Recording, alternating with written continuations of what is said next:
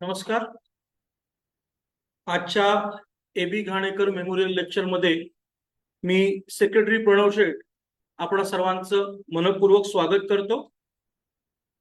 संस्थेचे अध्यक्ष advocate Aniruddha Chavan sir आणि उपाध्यक्ष ॲडव्होकेट ज्ञानेश्वर नरवडे यांना विनंती करतो की त्यांनी आजचे आपले प्रमुख वक्ते श्री रमेश सातकर सर यांना मंचाकडे पाचारण करायचंय.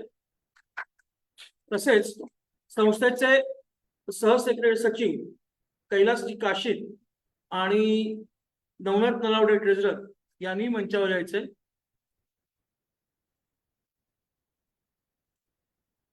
सर्व मान्यवरांचे मनपूर्वक स्वागत. यानंतर मी मान्यवरांना विनंती करतो की त्यांनी सर्वप्रथम शिवप्रतिमेला पुष्पहार अर्पण करायचा आहे.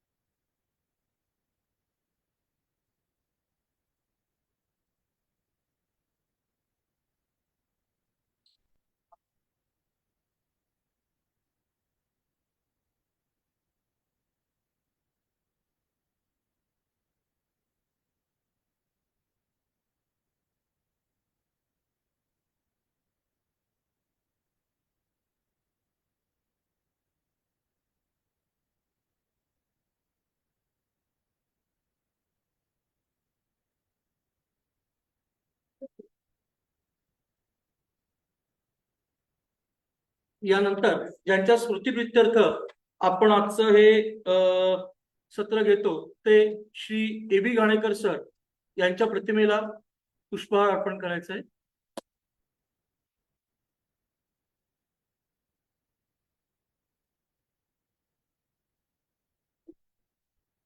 त्यांचे शिस्त, त्यांचं कार्य यासाठी आपण हे आजचं सत्र त्यांच्या स्मृतिप्रित्यर्थ दरवर्षी आयोजित करत असतो.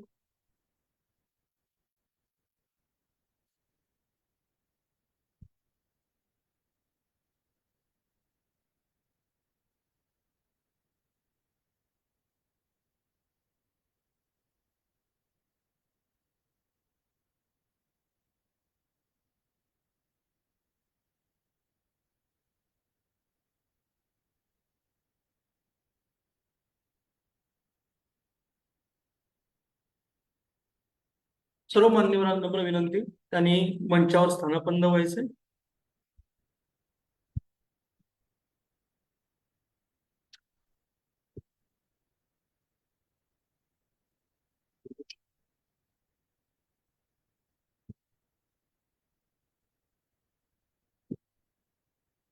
संस्थेचे अध्यक्ष ॲडव्होकेट अनिरुद्ध चव्हाण सर यांना विनंती करतो की त्यांनी त्यांचे प्रस्तावनापर मनोगत व्यक्त करावे.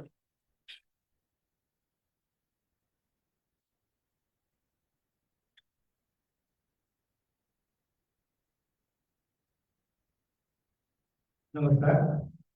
व्यासपीठावर उपस्थित आजचे व्याख्याते रमेश सातकर सर, संस्थेचे उपाध्यक्ष advocate Dnyaneshwar Narwade, secretary Pranav Sheth sir, joint secretary Kailas Kashid sir, treasurer Navnath sir, माझे अध्यक्ष सिनियर मेंबर आणि जमलेल्या मित्रांनो, महाराष्ट्र टॅक्स प्रॅक्टिस असोसिएशन तर्फे आयोजित एबी घाणेकर स्मृती व्याख्यानमालेत आपलं मनपूर्वक स्वागत करताना मला अत्यंत आनंद होतो.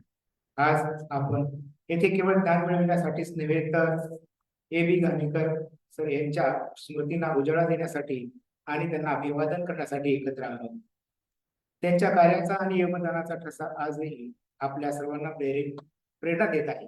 ज्ञान, शिस्त आणि समर्पण ही त्यांची मूल्ये आपण आपल्या व्यावसायिक आयुष्यात पुढे नेली पाहिजे. आजच्या वेगाने बदलणाऱ्या जगात विशेषतः कर प्रणाली आणि डिजिटल क्षेत्रात सतत शिकत राहणे ही काळाची गरज बनली आहे. अशा प्रकारचे कार्यक्रम आपल्याला अद्ययावत ठेवतात, जागरूक करतात आणि पुढील आव्हानासाठी तयार करतात. आज आपल्यासोबत विविध क्षेत्रातील तज्ज्ञ असे श्री रमेश सातकर सर व ॲडव्होकेट मिलिंद भोंडे सर हे मान्यवर वक्ते उपस्थित आहेत. ही आपली भाग्याची गोष्ट आहे. सायबर फसवणूक, डिजिटल अटक आणि जीएसटी अपील यासारख्या महत्वाच्या विषयावर त्यांचे मार्गदर्शन आपल्याला निश्चितच उपयुक्त आणि व्यावहारिक ठरेल असा मला विश्वास आहे. मी आपल्या मान्यवर वक्त्यांचे यांचे मनपूर्वक स्वागत करतो. त्यांनी आपला मूल्यवान वेळ देऊन आपल्यासोबत त्यांचे ज्ञान शेअर करणार आहे. तसेच हा कार्यक्रम यशस्वी करण्यासाठी परिश्रम घेणाऱ्या आपल्या पदाधिकाऱ्यांचे आणि आयोजन समितीचे विशेष कौतुक करतो. आपण आजचा कार्यक्रम मनापासून आणि शिकण्याची तयारी ठेवून अधिकाधिक उपयोग करून घेऊया. पुन्हा एकदा सर्वांचे मनपूर्वक स्वागत करतो आणि या कार्यक्रमाला उत्कृष्ट यश मिळवून अशी मी प्रार्थना करतो. जय हिंद.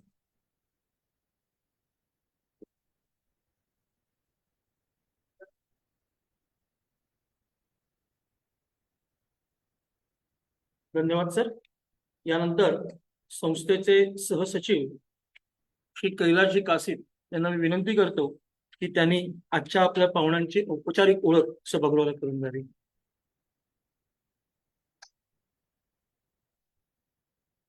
धन्यवाद प्रणव. नमस्कार. संस्थेचे अध्यक्ष ॲडव्होकेट चव्हाण सर, उपाध्यक्ष ॲडव्होकेट नरवडे सर, तसेच मंचावरील मान्यवर आणि मंचासमोरील उपस्थित पाहतो. असोसिएशनच्या वतीने संयुक्त सचिव म्हणून मनपूर्वक स्वागत. सायबर फसवणूक आणि डिजिटल अटक या विषयी त्याचा परिचय देणे माझ्यासाठी सन्मानाचे होत आहे. श्री रमेश रामचंद्र सावकर सर, सरांना महाराष्ट्र पोलीस खात्यात 34 वर्षाचा समृद्ध अनुभव असून त्यांनी कार्यकारी आणि तांत्रिक अशा दोन्ही क्षेत्रात उल्लेखनीय कामगिरी केली आहे. त्यांनी पुणे पोलीस आयुक्तालय तसेच CID महाराष्ट्राच्या येथेही सेवा बजावल्या असून सध्या ते पुण्यात तांत्रिक विभागात कार्यरत आहेत. सरांनी पुणे विद्यापीठातून B.Com, M.Com म्हणून पदवी घेतली असून सायबर सुरक्षा विषयात PhD चे शिक्षण घेतले. सायबर क्राईम व बँकिंग क्षेत्रावर त्याचा परिणाम हा त्यांच्या संशोधनाचा विषय आहे. त्यांना प्रोग्रामिंग व इथिकल हॅकिंगचे सपोर्ट मिळाले. त्यांचा अनुभव आणि तांत्रिक कौशल्य याचा संगम त्यांना या विषयावर मार्गदर्शन करण्यासाठी अत्यंत सक्षम बनवतो. चला आपण लक्षात ठेवूया, उपचारापेक्षा प्रतिबंध अधिक महत्वाचा आहे आणि जागरूकता सुरक्षिततेची पहिली पायरी आहे. मी आपल्या सर्वांना विनंती करतो की श्री सातकर सरांचे टाळ्याच्या गजरात स्वागत.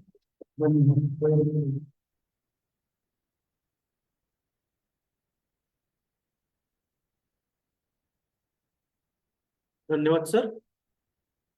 यानंतर संस्थेचे अध्यक्ष ॲडव्होकेट अनिरुद्ध चव्हाण सर यांना विनंती करतो की त्यांनी आजच्या आपल्या वक्त्यांचा सन्मान करावा.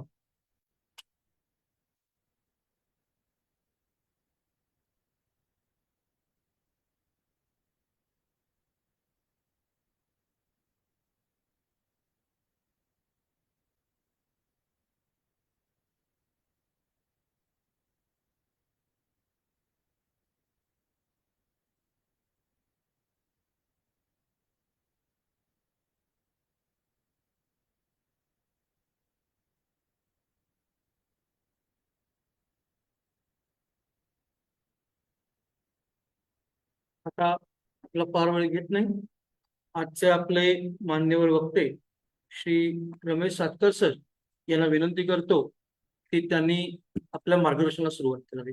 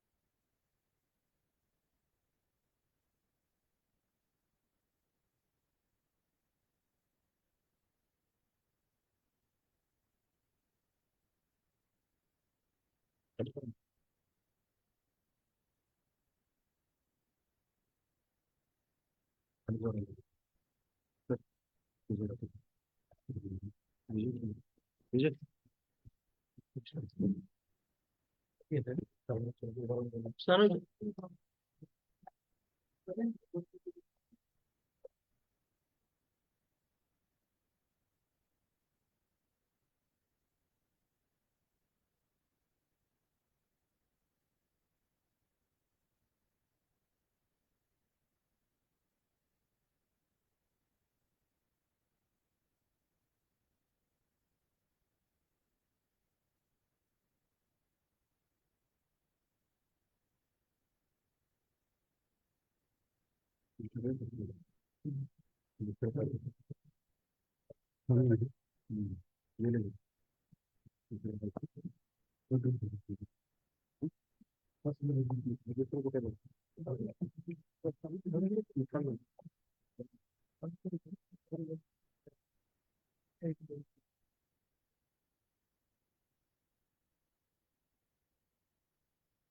थोडं माहित घेऊन गेलं पाहिजे सेन्सिटिव्ह बघा भरभर कमी नाही होत. चेक.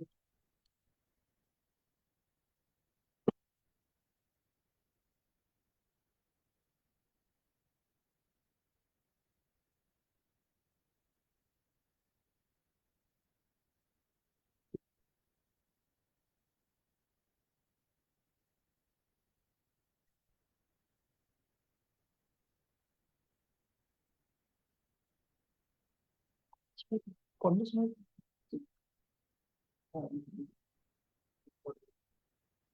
तो कॉलर माहिती कॉलर माहिती ओके ठीक नाही ठीक आहे ना मग इकडे कोणती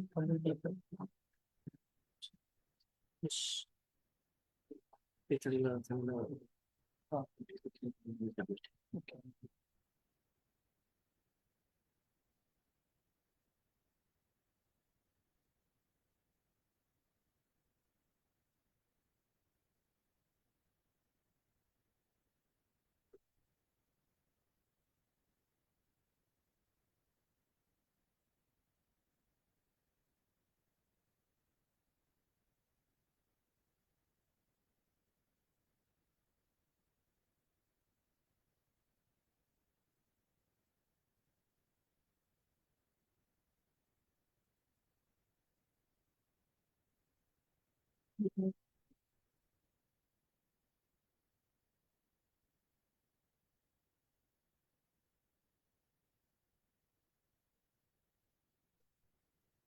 थोडं लांब आवाज चालू चालू hello hello hello hello hello hello okay hello आवाज येतोय चालू केलं हॅलो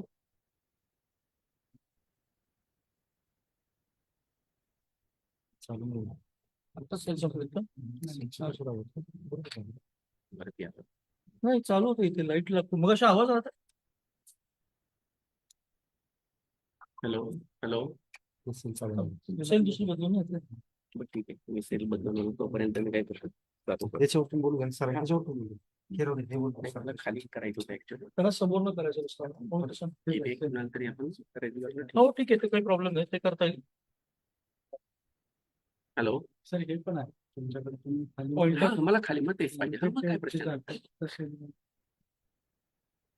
हॅलो तो वरचा पॉइंट वर खाली घेण्यासाठी येस इथे चेक करायला पाहिजे इथे एक्सप्रेस पर्यंत बघा हे खालचं हे खाली येतं नेक्स्ट पेज येस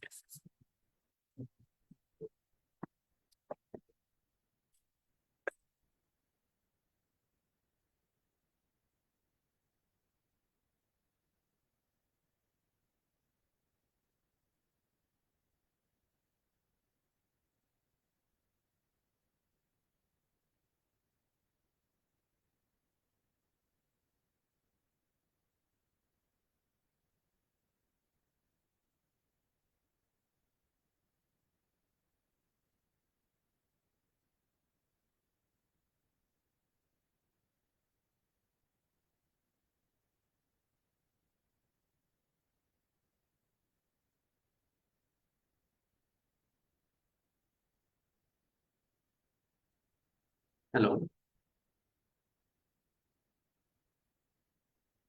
ठीक आहे. त्यांच्या गोष्टी कंप्लीट होईपर्यंत आपण चालू करूया. प्रथमतः महाराष्ट्र टॅक्स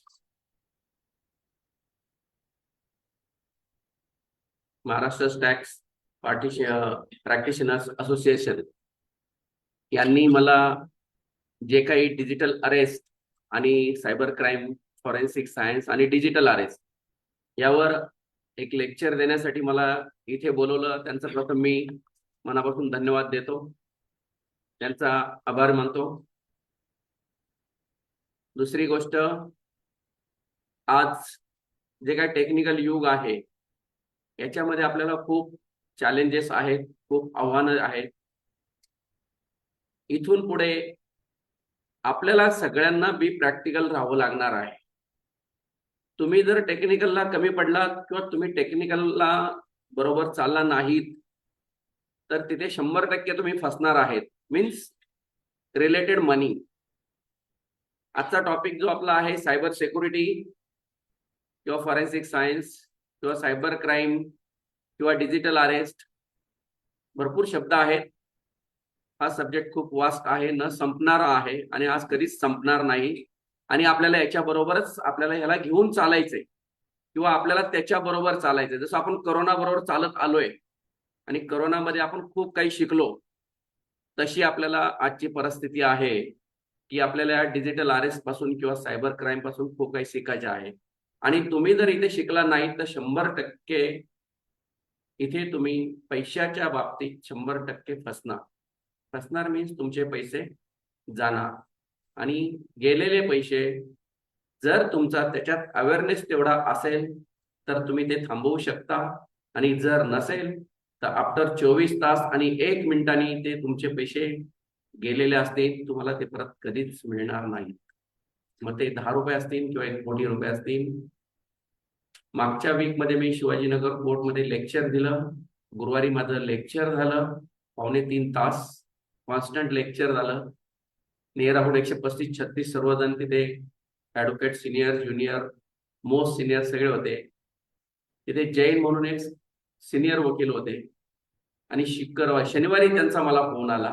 त्यांनी मला थोडं वरच्यावर सांगितलं की असं मी लेक्चरला होतो वगैरे सांगितलं. आणि नंतर मला ते म्हटले माझे 1,16 लाख रुपये वन स्ट्रोक गेले आणि ते माझ्या लेक्चरला होते. तिथे त्यांचा अवेअरनेस, मी त्यांना जे सांगितलं होतं ते सगळे म्हणले हो हो, आणि तेच त्यांच्याकडनं चुकलं म्हणून ते त्यांचे 1,36 लाख गेले. ऑलरेडी आता त्यातले 75,000 होल्ड आहेत, बाकीचे पैसे गेले. मी त्यांना सांगितल्यामुळे ते पैसे होल्ड राहिले, ट्रॅव्हल झाले नाही, ते पैसे होल्ड आहेत, ते त्यांना काही दिवसांनी मिळतील, पण बाकीचे पैसे गेले. ओके, असो, एक ह्या गोष्टी होतात. आपण थोडीशी आपली चूक तिथे होते. Cyber crime and digital forensic, the reality of the digital arrest. आजचा सगळा माहोल जो आहे हॅकरच्या दृष्टीने हा सगळ्यात जास्त डिजिटल अरेस्ट आहे. कुणालाही समजत नाही डिजिटल अरेस्ट म्हणजे काय, प्रॅक्टिकली ती सिस्टम काय आहे, त्याचे डेफिनेशन काय आहे, त्याच्यामध्ये काय होतं, काय केलं जातं, आणि आपल्याला कुणाकडनं फोन येतात. सर मी तुम्हाला विचारतो, थोडंसं फक्त टायमिंगचं काय बंधन आहे का मला सांगा, कारण का मग हे मला त्याप्रमाणे केलं, ठीक आहे ना. ओके, त्याच्यामध्ये हॅकरचा सगळ्यात मोठा रोल असतो. ह्या ज्या इमेज आहेत, मी खाली येऊन नाही पण ते झालं नाही ना, ठीक आहे. ह्या ज्या इमेज आहेत, पहिली इमेज आहे हॅकरची आहे, दुसरी आहे फुटप्रिंटची आहे, तिसरी आहे डिजिटल अरेस्ट आहे. ह्या तिन्ही इमेजचं कॉम्बिनेशन जे आहे, ह्या तिन्ही इमेजचं कॉम्बिनेशन होऊनच जो काय इन्सिडन्स घडतो ह्या तिन्हीचं कॉम्बिनेशन होतं, एक सिंगल वर होत नाही. सगळ्यात महत्वाचं काम याच्यात हॅकरचा रोल आहे. सेकंड, तो तुम्हाला फाइंड आउट करतो तुम्ही कुठे आहात. आता आपण इथे सगळे बसलोय, आता मी एथिकल हॅकिंग केलंय, मी जर माझ्या फोनला माझी सिस्टम चालू केली तर मी इथं तुम्हाला बसल्या बसल्या सगळ्यांना मी हॅक करू शकतो. सगळ्यांच्या मोबाईलवरनं, एकमेकाच्या मोबाईलवर मी काही पण मेसेज कुणालाही काही पाठवून काही पण करू शकतो. पण मी जे एथिकल हॅकिंग शिकलोय ते मी चांगल्या कामासाठी शिकलोय, त्यातनं आपल्याला वाईट गोष्टी काही करायच्या नाही. बऱ्याच जणांचा एक हेतू असतो की शिकायचं आणि त्यातनं मग वाईट गोष्टी सुरू करायच्या, आणि एकदा कधी सवय लागली तर ती सुटत नाहीये. हॅकिंग सिस्टम असं एक ड्रग सारखं आहे. जर एकदा तुम्हाला ती सवय लागली तर तुम्ही त्यातनं बाजूला होणार नाही. मग तुम्ही ती चांगली गोष्टी अडॉप्ट केली तर तुम्ही त्याच्यापासून बाजूला होणार नाही. वाईट गोष्ट अडॉप्ट केली तरी तुम्ही त्याच्यापासून बाजूला होणार नाही. हा सिस्टम हॅकिंग मध्ये आहे. हे हॅकर लोक काय करतात, तुमची आयडेंटिटी फाइंड आउट करतात. त्यातलं एक म्हणजे फुटप्रिंटची इमेज सेकंद दाखवली. आपलं अस्तित्व आपण कुठे आहे त्यांना सगळ्यांना कळतं की मी कुठे आहे. फक्त त्यांना एकच कळत नाही, फिजिकली की ती व्यक्ती एजनी किती आहे हे फक्त त्यांना कळत नाही. मग तो लहान मुलगा आहे, मुलगी आहे, कॉलेजचा स्टुडंट आहे, वयस्कर माणूस आहे, मॅरिड, फक्त एवढी एकच फिजिकली गोष्ट त्यांना समजत नाही. पण बाकी A to Z मधली शेवटचा झेड सोडला तर त्यांना सगळ्या गोष्टी आपल्या आयडेंटिफाई होतात. आपले रिलेटिव्ह त्यांना समजतात, आपले सगळे लोकेशन त्यांना समजतात, आपण सध्या कुठे आहे त्यांनी जर फाइंड आउट करायचा प्रयत्न केला तर तेही समजतं. या सर्व गोष्टी ते गुगलवरनं फाइंड करतात आणि ते त्यांचं स्वतःचं नेटवर्क वापरतात. ते आपलं गुगल झालं, हे झालं, काय नाही, ते प्रॉक्सी सर्व्हर यूज करतात आणि ज्याचा आपल्याला तो ट्रेसिंग होत नाही ते प्रॉक्सी सर्व्हर असतं. आणि तिसरा आहे डिजिटल अरेस्ट.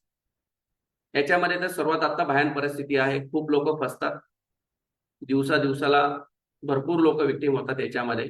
पण फक्त एवढंच एक कुणी सांगत नाही. तुमच्यात एक कुणी असू शकेल की ज्याला कॉल आलेले आहेत, काहींचे पैसे गेलेले आहेत, पण कोणी सांगत नाही. थोडे घाबरतात आपल्या प्रतिष्ठेला किंवा माझ्या पोझिशनला, असं घाबरणार की मी एवढं आहे मला माहित असू पण मी फसलो, मी सांगत नाही.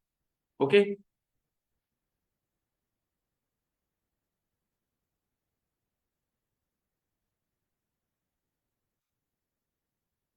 हे माझं सरांनी ओळख करून दिली.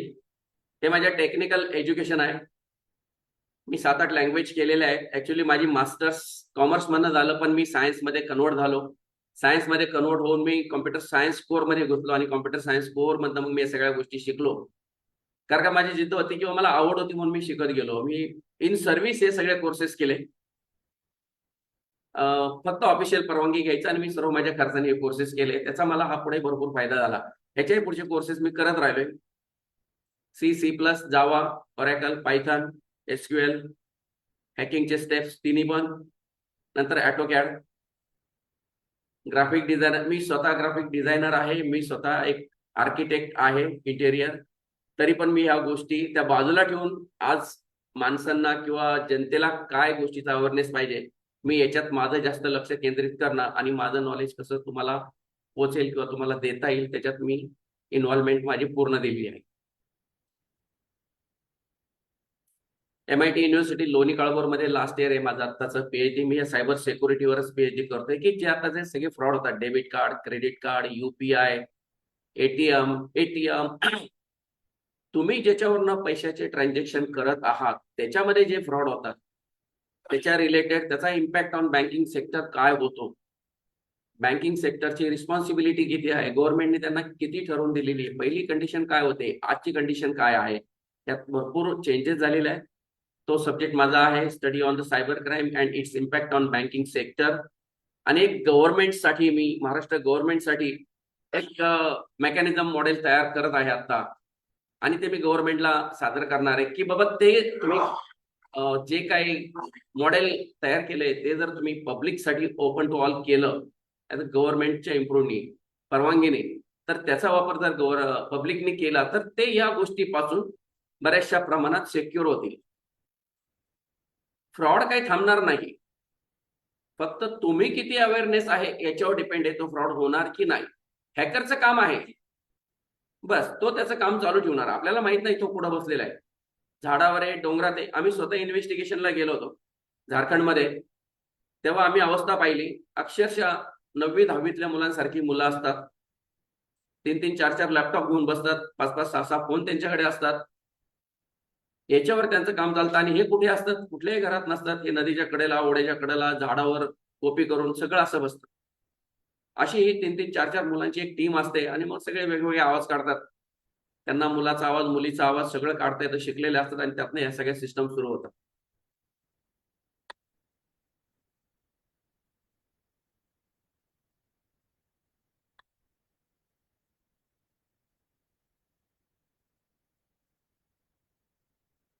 आत्ताच्या युगामध्ये सगळ्यात जास्त टेक्नॉलॉजी एवढी फास्ट चाललेली आहे. ज्याप्रमाणे टेक्नॉलॉजी फास्ट चाललेली आहे, आज तुम्ही पाहिलं, समजा मोबाईल आहे, एखादा मोबाईल नवीन कंपनीचा आलाय आणि तोच तुम्ही 15 दिवसांनी घ्यायला गेला किंवा 1 महिन्याने घ्यायला गेला तर त्याच्यात फीचर्स चेंज झालेले असतात, अपडेशन आले असतात. कार टेक्नॉलॉजीमध्ये पण तेच आहे. सेम कंडिशन डिजिटल मध्ये आहे आणि सेम कंडिशन आपल्या फ्रॉड मध्ये आहे. जेवढी डिजिटल टेक्नॉलॉजी फास्ट वाढते त्याच्या डबल प्रमाणात लूप होल्स असल्यामुळे फ्रॉड वाढतात. हॅकरचं काम काय आहे? टेक्नॉलॉजी तयार झाली की तो लगेच त्याला पॅरलर पाहतो, त्यातले लूप होल पाहतो आणि तो लगेच त्याचं काम सुरू करतो. आपल्याला ते समजेपर्यंत वर्ष निघून गेलेलं असतं. तोपर्यंत टेक्नॉलॉजी एवढी चेंजेस झाली असती तर हॅकर हा आपल्यापेक्षा हुशार असतो. जसं आम्ही म्हणतो पोलिसांपेक्षा चोर हुशार असतो म्हणून तो चोरी करतो. तुमच्यातलं जर कुणाला मी म्हटलं तुम्ही चोरी करा तर आपल्याला विचार करायला लागेल की कशी चोरी करू, मी काय करू. त्यांचं नाही, त्यांचं आधीच प्लॅनिंग झालेलं असतं. इतक्या वाजता इथे जायचं, हे करायचं, ते करायचं, तिथून असं करायचं, सगळं time to time, minute to minute program चोरीचे ठरलेले असतात. तसंच ह्या हॅकर लोकांचं असतं. एकदा टेक्नॉलॉजी आली त्याचा स्टडी करायचा, स्टडी मीन्स त्यातले लूप होल शोधायचे आणि मग हॅकिंगचं काम सुरू करायचं. ज्या प्रमाणात टेक्नॉलॉजी फास्ट आहे त्या प्रमाणात डिजिटलायझेशन एवढं रॅपिडली वाढते आहे ना की हॅकर आज थांबायला तयार नाहीये. ते नुसतं नवीन नवीन टेक्नॉलॉजी शोधतात, त्याप्रमाणे जातात. आपण बरोबर त्या गोष्टीला बळी पडतो, कारण का आपल्याला ती टेक्नॉलॉजी समजेपर्यंत खूप वेळ लागलेला असतो. 6 महिने जातात, वर्ष जातात, तो पण आपण त्यांचं विक्टिम होऊन जातो. डिजिटल अरेस्ट सुद्धा तोच प्रकार आहे. जसं सायबर क्राईम मध्ये टेक्नॉलॉजी फास्ट आहे, त्याच सायबर क्राईमच्या टेक्नॉलॉजीचा फायदा डिजिटल अरेस्ट मध्ये आहे. आणि याचा तो सगळे हॅकर जे आहेत सगळे बसून छानपैकी आपल्याशी बोलतात, मस्तपैकी एक पोलीस स्टेशन क्रिएट करतात, आपल्याला व्हिडिओ दाखवतात, आपल्याला छान छान फोन येतात. मग भरपूर असतात. हॉस्पिटलचा असेल, ऍक्सिडेंटचा असेल, कुणाचा इंटॉक्सिकेटिंगच्या बाबत असेल, म्हणजे अफू गांजा चरस, नार्कोटिक पार्सल असेल, भरपूर पॅटर्न्स याच्यात आहेत आणि ते फॉलो करतात आणि आपल्याला कॉल करतात आणि मग आपल्याला घाबरून टाकतात. आपल्या घरच्यांची माहिती ते सांगतात. समजा उदाहरणार्थ ऍक्सिडेंट झालाय, तुमच्या मुलीचा इथे ऍक्सिडेंट झालाय, तिला या हॉस्पिटलमध्ये ऍडमिट केले. आपण काही विचार करत नाही, ऐकत राहतो. तो जे आपल्याशी बोलत असतो, आपण जे त्याच्याशी बोलत असतो, या 2 फोनच्या कन्व्हर्सेशन मध्ये त्याला बॅकडोर एंट्री म्हणतो. फोनच्या मागून की जे आपल्याला स्क्रीनला दिसत नाही त्याच्या मागणं हॅकरची ऍक्टिव्हिटी चालू असते. मीनवाईल त्या कंडिशन मध्ये तो आपला सगळा डेटा घेत असतो. हे कुणाला माहित नाहीये. आपल्या फोनमध्ये जेवढं आहे सर्व त्याच्याकडे जातं, म्हणून तो आपल्याशी सारखा बोलायचा प्रयत्न करत असतो जोपर्यंत त्याचं काम कम्प्लीट होत नाही तोपर्यंत. तर ही एक आपल्याला लक्षात गोष्ट आली पाहिजे की आपण त्याच्याशी किती बोलायचं आहे, किती वेळ बोलायचा आहे. अननोन पर्सन आहे, ऑलमोस्ट सगळेजण आज नावाने फोन सेव्ह करतात. तुम्हाला नाव डिस्प्ले होते. ट्रू कॉलरने काही जणांची नावं डिस्प्ले होतात, पण ट्रू कॉलर ऑथेंटिकेशन नाहीये. जेव्हा कोणी पहिल्यांदा फोन घेतला असेल त्याच्यामध्ये जे काही नाव टाकलं असेल तेच ट्रू कॉलरला नेहमी डिस्प्ले होतं. तुम्ही नाव बदललं तरी ते बदलत नाही, तेच नाव राहतं. मग त्याच्यावर तुम्ही ओळखू शकत नाही की ही व्यक्ती ही आहे म्हणून. या परिस्थितीमध्ये सर्व डेटा आपला त्याच्याकडे जातो आणि मग तो त्याचा गैरफायदा घेतो. कोण सांगेल सायबर क्राईम म्हणजे काय? तुम्ही मला नंतर प्रश्न विचारण्यापेक्षा आपण बोलता बोलता प्रश्नोत्तर करू, म्हणजे तुम्हाला ते कन्सेप्ट क्लिअर होत जाईल. सायबर क्राईम म्हणजे काय, कोण सांगेल? मी याच्यात 3 पॅटर्न केले. एक सायबर क्राईम केलंय, नंतर फॉरेन्सिक केलंय आणि मग तुम्हाला डिजिटल अरेस्ट केलंय. कुणी सांगा, असं म्हणजे माहिती असेल तर काय हरकत नाही. मोबाईल रिलेटेड किंवा इलेक्ट्रॉनिक डिव्हाइस जेवढे आहेत त्याच्या रिलेटेड ज्या ऍक्टिव्हिटीज केल्या जातात इलिगली, त्याला आपण सायबर क्राईम म्हणतो. पहिलं ह्याला लिमिटेशन होतं, पण आज काही दिवसांनी अशी अवस्था असेल, भारताची जेवढी लोकसंख्या आहे आजच्या जनगणनेनुसार तेवढ्या लोकांकडे फोन असते, पर पर्सन पर फोन. आज ते प्रमाण कमी आहे पण होणार. त्यामुळे प्रत्येक जण जो क्राईम होईल त्या क्राईम मध्ये त्या फोनचं इन्व्हॉल्वमेंट आहे आणि जिथे फोन येतो तिथं तुमचा तो सायबर क्राईम कन्वर्ट होतो. त्यामुळे आज प्रत्येक गोष्ट ही सायबर क्राईमच होत आहे. ही टोटल इलिगल ऍक्टिव्हिटी आहे. याला कुठलाही कायद्याचा आधार नाही, कोणीही काही करू शकत नाही. जरी तुम्ही कंप्लेंट केली, FIR केलं, हे फक्त आपल्या मनाच्या समाधानासाठी आहे. त्याला एकच औषध आहे, ते म्हणलं आपला अवेअरनेस, जागरूकता. हे सगळ्यात महत्वाचं आपलं एकच हत्यार आहे. इथे तुम्ही कमी पडला, ह्या बाकी सगळ्या गोष्टी टेक्निकली करत गेला, त्यात काही उपयोग होत नाही. तो तुमचा लक फॅक्टर, तो कालावधी किती आहे त्याच्यानुसार ते तुमचे पैसे वाचतील किंवा जातील, ह्या गोष्टी आहेत. ह्याला फक्त त्यांना डिव्हाइस लागतो, इंटरनेट लागतं. जे काय त्यांना डिजिटल डिव्हाइस, इंटरनेट आणि कॉम्प्युटर, ह्या 2-3 गोष्टी त्यांना मिळाल्या की ह्या सायबर क्राईम करायच्या यांच्या ऍक्टिव्हिटीज सुरू होतात. यातली एकही गोष्ट त्यांना जर नाही मिळाली तर ते नेटवर्क जे आहे कम्प्लीट होत नाही, म्हणून ते आधी फुलफिलमेंट होतात आणि मग या गोष्टी त्यांच्या सुरू करतात. सायबर क्राईमचे 4 लेयर आहेत. एक, याच्यामध्ये ह्युमन बेस अटॅक राहतो. ह्युमन बेस मध्ये काय येतं? फिशिंग, सोशल इंजिनिअरिंग आणि सायबर सॅकिंग. फिशिंगचा अर्थ मग काय, कोण सांगेल फिशिंग म्हणजे काय? त्याच्या शब्दामध्येच आहे फिशिंग. जसं आपण मासे पकडतो, हुक लावतो माशाला आणि त्याला फसवून पिठाचा गोळा लावून किंवा काय XYZ गोष्टी लावून आपण तो माशाला अट्रॅक्ट करतो आणि पिक करतो. तसंच हे हॅकर लोक आपल्याला हुक लावून पिक करतात. परफेक्टली एकदम 100% तसंच होतं. ते आपल्याला काहीतरी आमिष दाखवतात, आपण त्या मोहाला बळी पडतो. नागपूरला माझा मित्र आहे, आमचा ऑफिशियली मित्र आहे. त्याच्या अकाउंटला गुरुवारी 6:15 वाजता संध्याकाळी 1,500 रुपये आले. 10 मिनिटांनी परत 1,500 रुपये आले, फिजिकली आले. परत 10 मिनिटांनी 1,500 आले आणि परत 10 मिनिटांनी 1,500 आले. असे टोटल त्याला 6,000 रुपये आले एक 35-40 मिनिटात.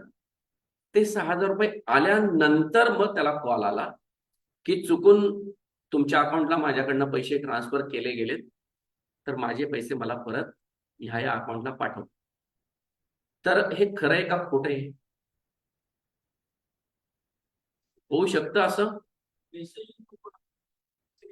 नाही, आले अकाउंटला पैसे आले. हे होऊ शकतं का? करेक्ट, होऊ शकतं का? That is fishing. मला माहिती आहे, मी अर्ध्या तासात 10, 1,000, 5,000, 1,00,000 किती पण कमवू शकतो, हे मला माहिती आहे ना. मी जे पैसे टाकलेले आहेत 1,500 रुपये, हे तुम्हाला पिक करण्यासाठी मला तुमच्याकडनं तुमची इन्फॉर्मेशन पाहिजे. तुमचा फक्त मला अकाउंट नंबर पाहिजे. म्हणून त्यांनी काय सांगितलं की मी पाठवलेले चुकून पैसे तुम्ही माझ्या ह्या अकाउंटला पाठवा. त्यांनी त्याच्यात ह्याला ओळख पटावी म्हणून, खात्री पटावं म्हणून त्यांनी त्याचं आधार कार्ड पाठवलं, त्यांनी त्याचं पॅन कार्ड त्याला पाठवलं, त्यांनी त्यांच्या बँकेच्या पासबुकची पहिल्या पानाची झेरॉक्स पाठवली. पण ही परत खरी आहे का?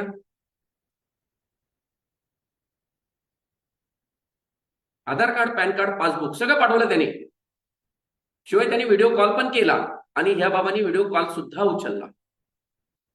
जेव्हा त्यांनी व्हिडिओ कॉल उचलला तेव्हा तिथे हा फसला. ते म्हटले तुम्हाला विश्वास नसेल तर मी तुम्हाला व्हिडिओ कॉल करतो, त्या पासबुकचा फोटो, पॅन कार्डवरचा, आधार कार्डवरचा फोटो तो मीच आहे म्हणून यांनी पाहिलं. तर ह्याचा विश्वास बसला हो म्हणून. आणि मग त्यांनी मला फोन केला, अरे असं असं झालं, मी ते पैसे ट्रान्सफर करू का? त्यांनी मला हे सांगितलं. म्हटलं काही करू नकोस, ते जे काही पैसे आलेत 6,000 त्याची तू पार्टी कर, एन्जॉय कर, फिजिकली काढ, बाकी काही करू नकोस आणि त्याला फोनही करू नको. आल्यानंतर त्याचा फोनही घेऊन ये. तो परत संभ्रमात पडला. असं सांगितल्यानंतर हे फिशिंगचं सिस्टम आहे. त्या हॅकरला एकच पाहिजे होतं की तुम्ही त्यातले पैसे त्याच्या अकाउंटला टाकावेत. जेव्हा काही ते तुमचं ट्रान्झॅक्शन प्रोसिजर होणार आहे तेव्हा त्याचा सगळा ऍक्सेस त्याला मिळणार होता. मग मी त्याला विचारलं तुझ्या अकाउंटला किती येतं? तो म्हणला 65,000 रुपये. म्हणलं ते 65 सेकंदात तुझे 65,000 जातील. तू जेव्हा त्याला ते पैसे ट्रान्सफर करशील तेव्हा तुला टाकायचे असतील तर फिजिकली तू बँकेत जा, तुझे पैसे सगळे काढून घे. त्याचे जे 4,000 आहेत तुला खूपच प्रेम असेल तेवढेच त्याला परत पाठवा आणि तुझं अकाउंट. मग त्यांनी ते काहीच केलं नाही, शांत आहे. त्याचा फोन आला की उचलत नाही, ते पैसे त्याच्याकडेच. असंही लोक करतात.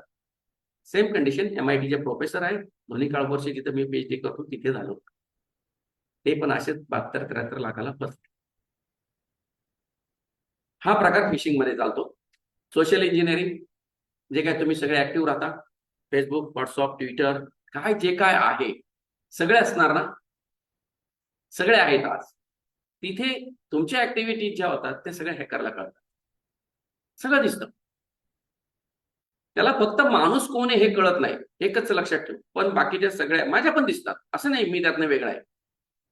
पण मला जेव्हा मेसेज येतात, पॉपअप येतात, तेव्हा मी ते व्यवस्थित रीड करतो.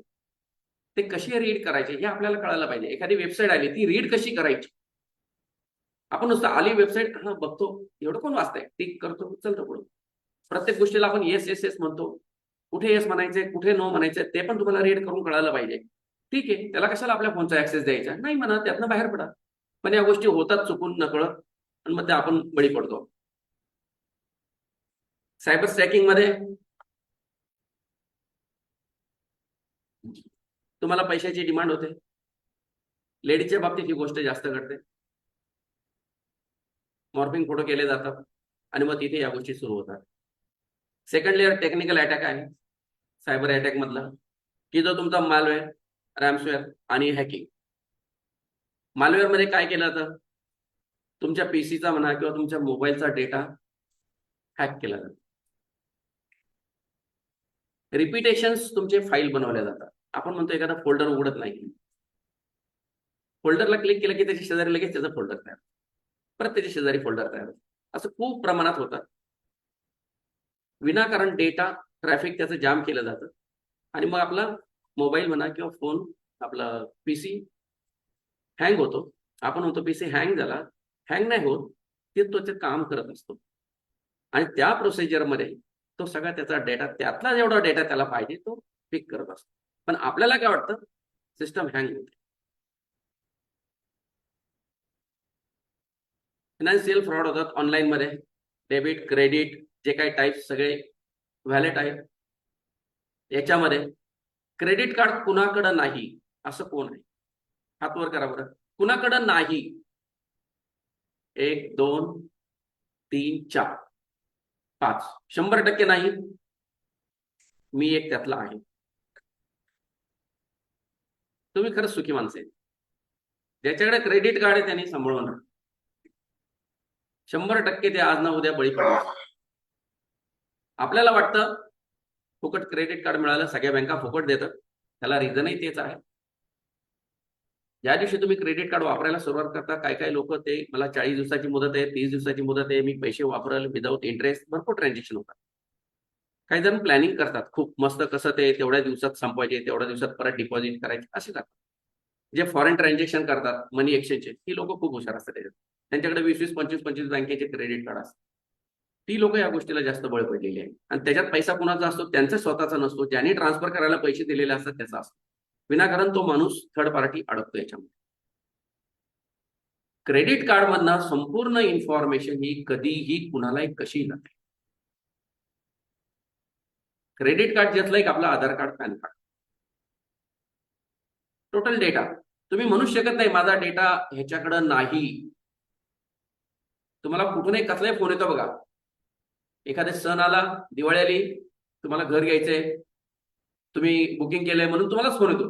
तुम्ही इथे साईडला आला होता पण तुम्ही कुठे गेलेला नसता, किंवा गाडी घ्यायची आहे, तुम्ही मारुती शोरूमला व्हिजिट केली होती गाडी बुक ट्रायलसाठी, असे फोन येतात.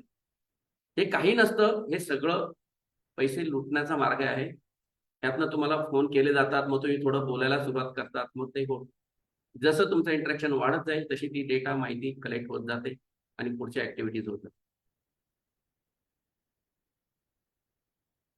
नंतर national level crime, cyber attack होतात, सायबर वॉरफेअर. मगाशी सरांनी सांगितलं कॉस्मॉस बँकेचं, कॉस्मॉस बँकेचा अटॅक माहिती असेल आपल्याला. त्या इन्व्हेस्टिगेशन मध्ये मी होतो. त्या कॉस्मॉस बँकेमध्ये माझे मित्र कामाला होते. ते बँकेचे सल्लागार म्हणून होते. नाव नाही सांगत मी, पुण्यातलेच आहे.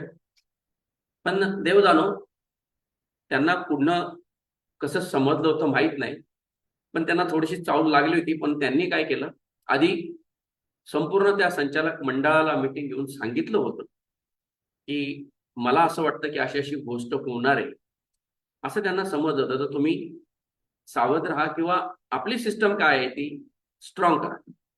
पण कुणी त्याच्याकडे लक्ष दिलं नाही. मध्ये 1 का 2 दिवस गव्हर्नमेंटच्या हॉलिडे होता, प्लस शनिवार रविवार होता. त्या ऍक्टिव्हिटीज काहीतरी गुरुवारी सुरू झाली.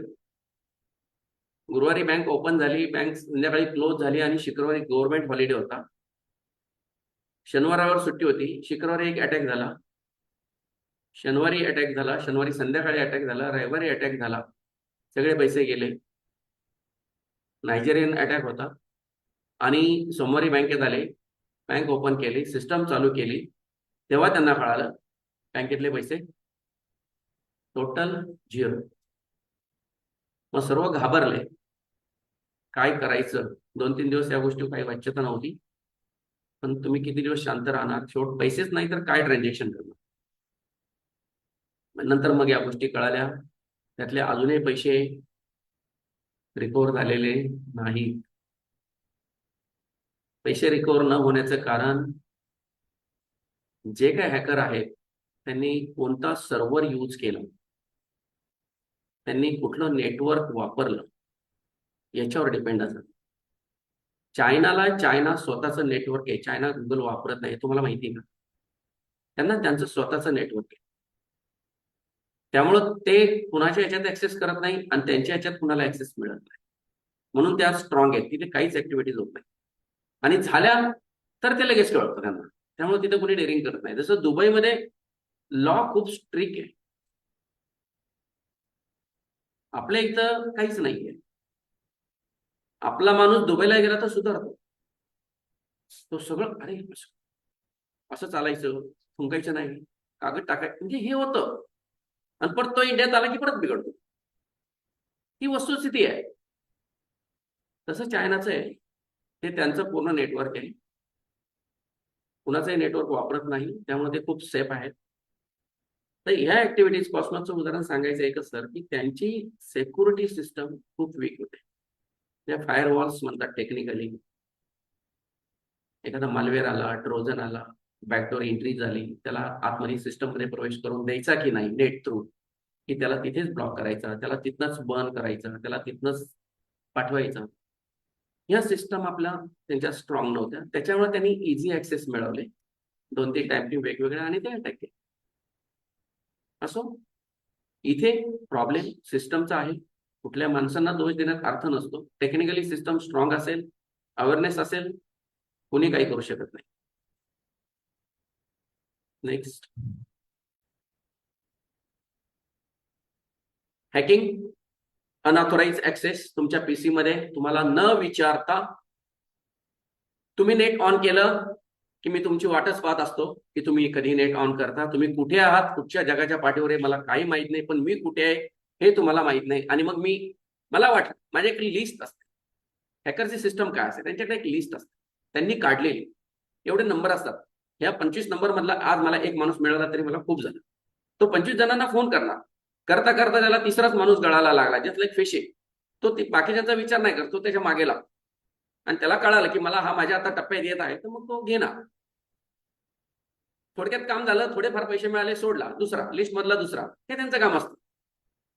टार्गेटच आज मला एकला तरी बकरा बनवायचा आहे आणि सापडतात लोक. तसं हे तुमचं अनऑथोराइज ऍक्सेस मिळवतात कुठूनही, कसंही, तुम्हाला काही कळत नाही. बरेचसे लोक पीसीला झालं किंवा मोबाईलला झालं अँटीव्हायरस वापरत नाही. वापरतायत तर ते अपडेट करत नाहीत. अपडेट केलाय तर त्याच्याकडे काही लक्ष देत नाहीत. यामुळं ह्या गोष्टी घडतात. फिशिंग मध्ये जे मेल्स येतात आपल्याला, फेक मेल असतात. काही मेल स्पॅम मध्ये जातात, ट्रॅश मध्ये जातात. ते फेक मेल असतात, बाय डिफॉल्ट जातात. कधी कधी आपण रेग्युलर केलेले मेल स्पॅम मध्ये जातात, ट्रॅश मध्ये जातात. तो भाग वेगळा आहे. पण बहुतेक यांचे मेल येतात ते इनबॉक्स मध्ये नाहीये, ते स्पॅम आणि ट्रॅश मध्ये येतात. ते तुम्ही ओळखायला शिका की तिथे आलेले मेल ओपन करायचे की नाही. काही काही लोकांचा मोबाईल किंवा पीसी तुम्हाला अलर्ट करतो, आलेला मेल ओपन करू नका, do not mail, spam mail, spam text, सगळं सांगतो. आपण त्याच्याकडे लक्ष देत उत्सुकता, कुणाचा मेल आहे, आला, ओपन करा. ज्या क्षणाला ऑन करणार, मेल ओपन करणार, त्या क्षणाला तुमचा ऍक्सेस त्याला मिळणार. ते त्यांनी त्याच्यासाठीच पाठवलेले असतात की मला तुमच्या पीसी मध्ये किंवा मला तुमच्या मोबाईल मध्ये ऍक्सेस पाहिजे, एंट्री करायची आहे. ओके रॅमसन, मगाशी सांगितलं फाईल फोल्डर्स बनवून रिपिटेशन्स, डुप्लिकेशन्स खूप बनवतात, खूप स्पीडली बनवतात. तुम्ही कंटाळता, एक डिलीट केलं होत नाही, दुसरं डिलीट केलं होत नाही, डिलीट करायला गेलं की एक डिलीट करायला गेलं की 4 तयार पुढे होतात. हे काम त्याचं लॉकिंग, पूर्ण डेटा तुमचा लॉक करणार. लॉक केल्यावर तुम्हाला काही वेळाने फोन येणार. जोपर्यंत तुम्ही त्याच्या पीसीवर तुमच्या काम करता तुम्हाला फोन येतोच, तुम्हाला मेसेज येतो किंवा तुम्हाला मेल येतो, तुमचं असं असं झालंय, तुम्ही याला येस करा, त्याला नो करा. आणि मग तुम्हाला वाटतं आपण आता याच्यातनं रिलीज होणार, येस किंवा नो करतो, आणि मग त्याला ऍक्सेस मिळतो. आणि त्याला एकदा ऍक्सेस मिळाला की मग त्याचे मेल तुम्हाला चालू होतात. मग तो डिमांड करतो, मी तुमचा डेटा चोरलाय, मी तुमचा पीसी हॅक केलाय, तुमचा मोबाईल हॅक केलाय, तुम्हाला त्यातनं रिलीफ पाहिजे असेल, रिलीज व्हायचं असेल, मला एवढे पैसे इथे ते इट्स अ मेथड. तुमची आयडेंटिटी सगळी थेफ्ट करणार. जसं मगाशी सांगितलं डिजिटल अरेस्ट बाबत, ते लगेच तुम्हाला सांगतात तुमचं नाव हे, तुमचं वय एवढं, तुमची जन्मतारीख इव्हन सांगतात. कशावरून? तुमचे रिलेटिव्ह सांगतात, तुमच्या घरातली फॅमिलीची नावं सांगतात. इत्थंभूत माहिती त्यांना याच्यावरनं कळते. आणि जेव्हा काही ती व्यक्ती आपल्याला हे सगळं खरं सांगते तेव्हा आपला विश्वास बसतो, अरे हा बरोबर आहे, हा कोणतरी आहे, म्हणजे त्याला आपलं एवढं सगळं माहिती आहे, म्हणून आपण त्याला एकदम स्मूथ घेतो आणि बोलत राहतो. तिथे आपली फसवणूक होते. सगळी माहिती सांगणार. ऑनलाईन फ्रॉड, सगळ्या टाईपचे तुमचे कार्ड्स. इंटरनेट बँकिंग कोण करतात? सगळे करतात, कोण करत नाही? हा, इंटरनेट बँकिंग वर प्रोफेशनल करावंच लागतं. बरोबर आहे, करावंच लागतं, पण त्याला एक मर्यादा आहे. तुम्ही आळशी बनता, बरोबर आहे का? बँकेत जाणं तुम्ही सोडून दिलंय, ठीक आहे ना, पण सगळ्याच गोष्टी कंपल्शन नाही ना.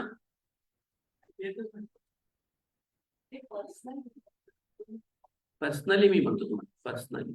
बाकी तुमचं प्रोफेशनल किंवा कमर्शियल, पर्सनली यामध्ये. नमस्कार. इंटरनेट बँकिंग सिस्टम अशी आहे, जर तुम्ही तिला काळजीपूर्वक हाताळली नाही, ज्या क्षणाला तुमचं हाताळताना चूक होणार तिथे त्या क्षणाला तुमच्या अकाउंटचा ऍक्सेस जाणार.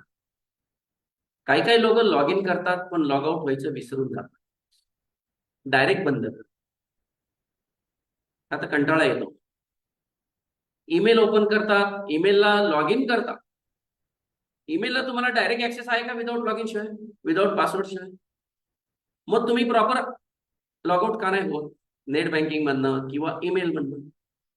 तिथे आपण आळशी होतो, तिथे कंटाळा होतो, आणि ते आहे सिस्टम तशीच चालू राहते. तुम्हाला वाटतं मी बंद केले, बंद होत नाही. ती सिस्टम तशीच चालू राहते, त्याचे ऍक्सेस मिळतात, आणि ते ऍक्सेस एकदा आले की त्यांच्या पुढच्या प्रोसिजर सुरू होतात. म्हणून इंटरनेट बँकिंग करताना काळजीपूर्वक, पर्सनली सांगतो मी, तुमचं व्यावसायिक दृष्ट्या जिथं तुम्हाला मॅन्डेटरी आहे त्याला पर्याय नाही, पण ते करताना तुम्ही काळजी घ्या. तिथे तुमचा अवेअरनेस तेवढा पाहिजे की तिथे तुम्हाला घाई नाहीये, पटपट पटपट केलं पाहिजे. नीट वाचा, काय येस म्हणायचे, काय नो म्हणायचे, कुठे थांबायचे, ते तुम्ही डिसाईड करा. तिथे आपला अवेअरनेस असेल तर आपण त्यातनं सेफ आहे. नसेल, थोडं दुर्लक्ष केलं, कंटाळा केला, आळशी झाला, 100% तुमचा ऍक्सेस त्यांना मिळणार. मी कुठलंही नेट बँकिंग आजपर्यंत वापरत नाही. मला खूप जणांनी बँकेने सांगितलं, इव्हन माझ्या सॅलरीला सांगितलं, मी त्यांना लिहून दिलं. माझं एसबीआय मध्ये अकाउंट आहे, मी एसबीआय ला लिहून दिलं की मी कोणत्याही प्रकारचं क्रेडिट कार्ड वापरणार नाही, मी कोणत्याही प्रकारचं नेट बँकिंग करणार नाही, मी युनो सिस्टम अडॉप्ट करणार नाही, मी फिजिकल बँकेत येईल, फिजिकल चेक टाकेल, पैसे भेटू. मी माझी काळजी घेतो. तुम्हाला वाटतं माझे 4 अकाउंट आहेत, कुणाचं एकच अकाउंट आहे असं कोणी? एकच अकाउंट आहे असं कोण आहे? मी आहे. मी तुम्हाला जेवढं सांगतो ना त्याच्या अपोजिट मी आहे. माझं एकच अकाउंट आहे, सॅलरी अकाउंट आहे, त्यात पैसे भरपूर आहेत, पण मी त्याची काळजी घेतो. तुमचे सगळ्यांचे एकापेक्षा 2 अकाउंट आहेत, 3 अकाउंट आहेत, 4 अकाउंट आहे, करंट अकाउंट आहे, XYZ जे काय असतील ते, पण सगळ्याला लिंकिंग काय आहे? काय आहे? तुमचा पॅन नंबर आहे आणि आधार नंबर आहे. आधार नंबर आणि पॅन कार्ड, बरोबर, हे 2 लिंक आहेत. जरी तुमचे 4 अकाउंट आहेत, तुम्ही तुमच्या मनाने फक्त समाधानी आहे की माझे 4 अकाउंट आहेत आणि 4 अकाउंट मधले 3 अकाउंट माझे सेफ आहेत, मी एकच अकाउंट जीपेला किंवा फोनपेला किंवा पेटीएमला ह्याला XYZ डेबिट कार्ड त्याला वापरतो, बरोबर आहे ना? तर सगळे 4ही अकाउंट तुम्ही वापरता नाही. म्हणजे सगळ्यांचा एक भ्रम आहे की माझं एकच अकाउंट आहे, त्यात मी फक्त 5-10 हजार रुपये ठेवतो, मला तेवढं लागणं, समजा गेले चोरीला तर माझे तेवढेच जाते, बरोबर आहे ना? हे बरोबर, येस ऑर नो? बरोबर आहे. सगळे आज याच मतावर आहेत ना? हे सगळं तुमचं चुकीचं आहे. त्याचं कारण का? तुमच्या त्या 5,000 10,000चं जे अकाउंट आहे, ज्याच्यासाठी तुम्ही बाबा गॅस सिलेंडरचं बिल, इलेक्ट्रिक बिल, नेटचं बिल, छोटे छोटे अमाऊंट पे करता, चला जाते इंटरनेटवरून आपलं पटपट, पण त्या अकाउंटचा पॅन नंबर, आधार नंबर आणि इतर दुसऱ्या 2-3 अकाउंटचा पॅन नंबर, आधार नंबर हा एकच असल्यामुळं, त्याचं लिंकिंग असल्यामुळं तुमचे ते उरलेले 4 अकाउंट सुद्धा सेफ नाहीत. हॅकरला काय होतं, जर मला एक अकाउंटची तुमची माहिती मिळाली तर मला तुमचे 10 अकाउंट जर असतील ना, सगळे दिसतात. फक्त त्या उरलेल्या 9 अकाउंट मध्ये मला ऍक्सेस कसा करायचा आहे, कारण का तुम्ही त्या 9 अकाउंटला नेट बँकिंगशी जोडलेलं नाही, बरोबर आहे, पण मला ती माहिती समजते. मग हॅकर त्याला जर कळालं ह्या अकाउंट मध्ये एवढे पैसे आहेत, तर तो तिकडे ऍक्सेस करायचा प्रयत्न करत असतो पूर्ण. मग तुम्हाला सुरू होतं डिजिटल अरेस्ट, की तुम्हाला तो त्या अकाउंटला इकडं मिळवण्यासाठी भाग पाडतो. कारण का तुमचे तेवढे अकाउंटला, या छोट्या 5-10 हजाराच्या अकाउंटला तेवढी रक्कम नसते, बरोबर. मग माझी डिमांड होते 1 लाख, 5 लाख, 2 लाख, 70,000, 35,000, 40,000. मग ते तुम्ही 11th आवरला कॅश कुठून आणणार, की तो म्हणतो नाही कॅश नाही, तो पण सांगतो अगदी नियमाने नाही, हे ऑनलाईनच करायचं, हे करायचं. मग तुम्ही करता, त्या बँकेचा ऍक्सेस घेता आणि मग त्याला इंटरनेटमध्ये तुम्ही कनेक्टिव्हिटी देता, मग त्या बँकेच्या अकाउंटवरनं, मोबाईलवरनं ह्या बँकेच्या अकाउंटमध्ये पैसे टाकायचे, हे तुमचं ट्रान्झॅक्शन सुरू होतं. आणि ज्या क्षणाला तुम्ही त्याला दुसऱ्या अकाउंटचा ऍक्सेस घेता, पैसे ट्रान्सफर करेल, तुमच्या अकाउंटला तुमचे पैसे येतात, पण त्याला तोपर्यंत त्यांनी त्याचा ऍक्सेस मिळून त्यातनं पैसे मारलेले असतात आणि तुमचे पैसे येईपर्यंत तुम्हाला मेसेज पण आलेला असतो की तुमच्या अकाउंट मधून एवढे पैसे गेले. काहीच कळत नाही आणि तुम्ही म्हणता अरे हे कसं झालं, माझं अकाउंट तर त्याला जोडलेलं नाहीये. होतो ना ऍक्सेस, बरोबर आहे की नाही? ही सगळी चैन आहे. त्याचाच प्रकार आता म्हणून E-KYC जे चालू आहे त्यातलाच एक तो भाग आहे. गव्हर्नमेंटचं म्हणणं असं आहे, त्यातनं कोणताही माणूस टॅक्स चुकवणारा नसावा. प्रत्येकाकडनं गव्हर्नमेंट असं म्हणतं, प्रत्येकाकडनं मी टॅक्स घेणार. आज खूप काही लोक असे आहेत की टॅक्स भरत नाहीत, लपवतात, छुपवतात किंवा ज्याला आपण टॅक्स चोरी करतात असं म्हणू वेगवेगळ्या मार्गाने. ते हे जेव्हा E-KYC कंप्लीट होईल तेव्हा ते सगळं संपणार आहे, मग यातनं कुणी सुटणार नाही. आता E-KYC मध्ये अशी सिस्टम आहे, कदाचित तुम्हाला माहित पण असेल, पॅन कार्ड, आधार कार्ड टाकलं तर तुमचे किती अकाउंट आहेत ते बाजूला येतात. जेवढे अकाउंट आहेत तेवढे बाजूला येतात. त्या प्रत्येक अकाउंटला लिंक आहे की नाही हे चेक केलं जातं. नसेल तर तुम्हाला एक फॉर्म देतात, तो फॉर्म तुम्ही भरायचा आणि तो E-KYC ला जोडायचा. सगळे अकाउंट एकाच नंबरला तुमचे लिंक, त्यामुळे तुम्ही त्यातनं कुणी सुटणार नाही. ओके. स्टॅकिंग लेडीजच्या बाबतीत मगाशी म्हटलं ह्या गोष्टी खूप होतात. जास्त ऑनलाईन परचेस होतं तुमचं लेडीज कडनं, जास्त मिंत्रा किंवा ज्या वेगवेगळ्या वेबसाईट आहेत त्याच्यावरनं, आणि डुप्लिकेट वेबसाईट तयार होतात. डुप्लिकेट वेबसाईट ही कुणालाही ओळखता येत नाही. आता समजा तुमची जे हे आहे असोसिएशन आहे टॅक्स प्रॅक्टिशनर, तुमची वेबसाईट असेल साहेब, बरोबर. जर तुमच्या वेबसाईटमध्ये मला ऍक्सेस करायचा आहे किंवा अटॅक करायचा आहे, तर मी काय करतो, सेम तुमची वेबसाईट डुप्लिकेट टू डुप्लिकेट बनवतो विथ सगळे मल्टी कलर्स, जे काय असतील ते multi colours, multi buttons, multi text, जे काय असेल ते सगळं सेम टू सेम. पण त्याच्यामध्ये अशी एकच पॉइंट असा असतो एखादा, की जो पॉइंट म्हणा, डॉट म्हणा, कॉमा म्हणा, किंवा एखादा स्लॅश म्हणा, एखादा क्वेश्चन मार्क म्हणा, असं एखादंच फील्ड असतं, ते मी त्या वेबसाईटमध्ये टाकलेलं असतं आणि तुम्हालाही कळत नाही. तुम्ही पण तुमची वेबसाईट उघडता, ती माझीच आहे म्हणून, पण तुम्हीच ती ओपन करता आणि ती डुप्लिकेट वेबसाईट असते, ती ओपन करता. म्हणून तुम्हाला मगाशी म्हटलं मी, वेबसाईट रीड कशी करायची हे महत्वाचं आहे. कुठची वेबसाईट सिक्युअर आहे, कुठची अनसिक्युअर आहे, ते पण त्याच्यामध्ये असतं. HTTPS ही अशी एक वेबसाईट असते, दुसरी अशी असते HTTP दोन डॉट सेमिकोलन, त्याच्या पुढे जे काय असेल. पण हे जे पहिले HTTPS आणि HTTP दोन कोलन आणि दोन स्लॅश, इथे सर्व खेळ आहे, बाकी पुढच्याला काहीच महत्व नाही. ज्याच्या पुढे एस लिहिलेला आहे HTTPS, एस मीन्स सिक्युअर, ती वेबसाईट तुमची सिक्युअर आहे. ज्याच्या पुढे नाही, ती अनसिक्युअर आहे, मग ती काही पण असू शकते, ते तुम्ही ठरवायचं ओपन करायचं की नाही करायचं. म्हणून तुम्हाला ती रीड करता आली पाहिजे. काहींच्या पुढे एकच क्रॉस असतो. ओरिजिनल वेबसाईटच्या समोर HTTPS जी सिक्युअर आहे ती एस प्लस दोन स्लॅश असतात. हे रीड करणं महत्वाचं आहे. आणि मग जेव्हा काय ऍक्सेस होतात वेबसाईटचे तुमचे, जेव्हा ऑनलाईन परचेस होतं, मग तेव्हा हे तुमचं सायकलिंग सुरू होतं. ह्याच्यामध्ये मॉर्फिंग जास्त होतं, मग तिथे तुमचे पुन्हा पैशाची डिमांड केली जाते, हॅरेसमेंट केलं जातं, आणि मग वल्गॅरिटी सुरू होते. जसं जसं तुम्ही बोलता तशा तशा गोष्टी होतात आणि सगळी हिस्ट्री समोर येते. डिजिटल अरेस्ट काही होत नाही याच्यात, की काय होतं, डिजिटल अरेस्ट होतं का खरं? तुमच्यातलं झालंय कोणी, म्हणजे तुम्हाला आलाय कॉल कुणाला? आजपर्यंत नाही. येऊ शकतो, येऊ शकतो. त्यांची मोडच काय बघा, तुम्हाला फोन करणार, तुम्ही म्हणता माझा फोन नंबर कसा त्यांना मिळाला? जसं सांगितलं मगाशी, फुटप्रिंट.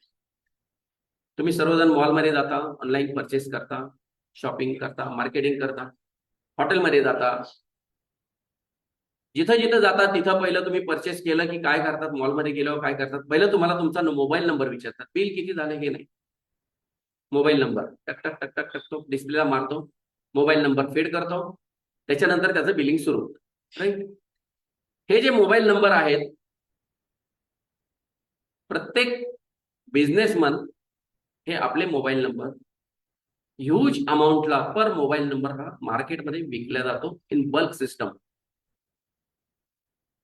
म्हणून मी म्हणतो, समजा डीमार्टवाला आहे, डीमार्टवाला म्हणेल माझ्याकडं या महिन्याला 1 लाख डेटा आहे, मी तो 1 लाख डेटा आर्किटेक्टला देणार. आर्किटेक्टला सांगणार की आता सण आलेला आहे, दिवाळी, तुमची नवीन घरांची ऍडव्हर्टाईज. मग तो आर्किटेक्ट तो काही लाखामध्ये तो डेटा घेणार, घेतल्यानंतर ते नंबर आपल्याला येणार फोन. म्हणून तुम्ही म्हणू शकणार नाही की मला त्या आर्किटेक्ट माझा नंबर कसा गेला. संपूर्ण मार्केटमध्ये हे सर्क्युलेट नंबर होता. तोच डीमार्टवाला एखाद्या डॉक्टरला देईल, तोच डीमार्ट मला एखाद्या कार शॉपला देईल. सगळे असे एकमेकाला एक नंबर देतात, वाटतात, त्यातनं पैसे मिळवतात. हा एक मोठा बिझनेस आहे, याला कुठला टॅक्स नाहीये, बिकॉज दॅट इज ब्लॅक मनी. हा सिस्टम होऊ नये म्हणूनच हे ई-केवायसी चालू आहे. तिथे सुद्धा याच्यावर बंधन येणार आहे. तुम्ही सगळेजण सगळा नंबर देता तुमचा, बरोबर आहे? बरोबर आहे का? म्हणजे सगळेजण तर शॉपला गेलेच असणार, मार्केटमध्ये किंवा मॉलमध्ये तर गेले सगळे. बिलिंग करताना तुम्ही तुमचे नंबर दिले ना, सगळ्यांनी खरे दिले, खोटा नंबर कोणी दिला?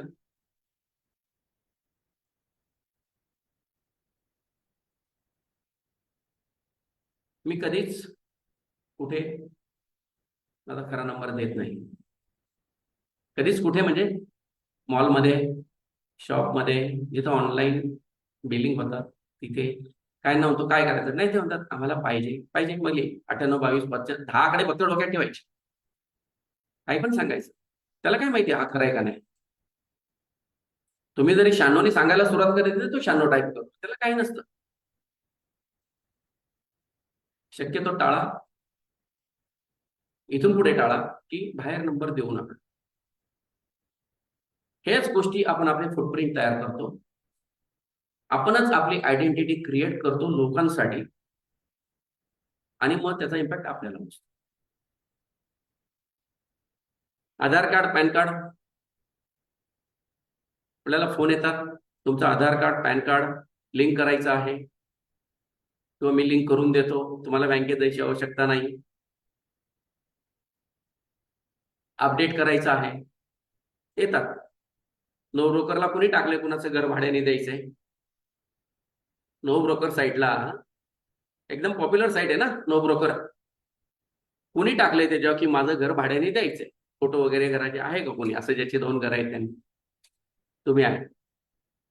मग तुम्हाला एक दिवशी येणार कॉल, 100% येतात. फेक कॉल का खरे माहित नाही.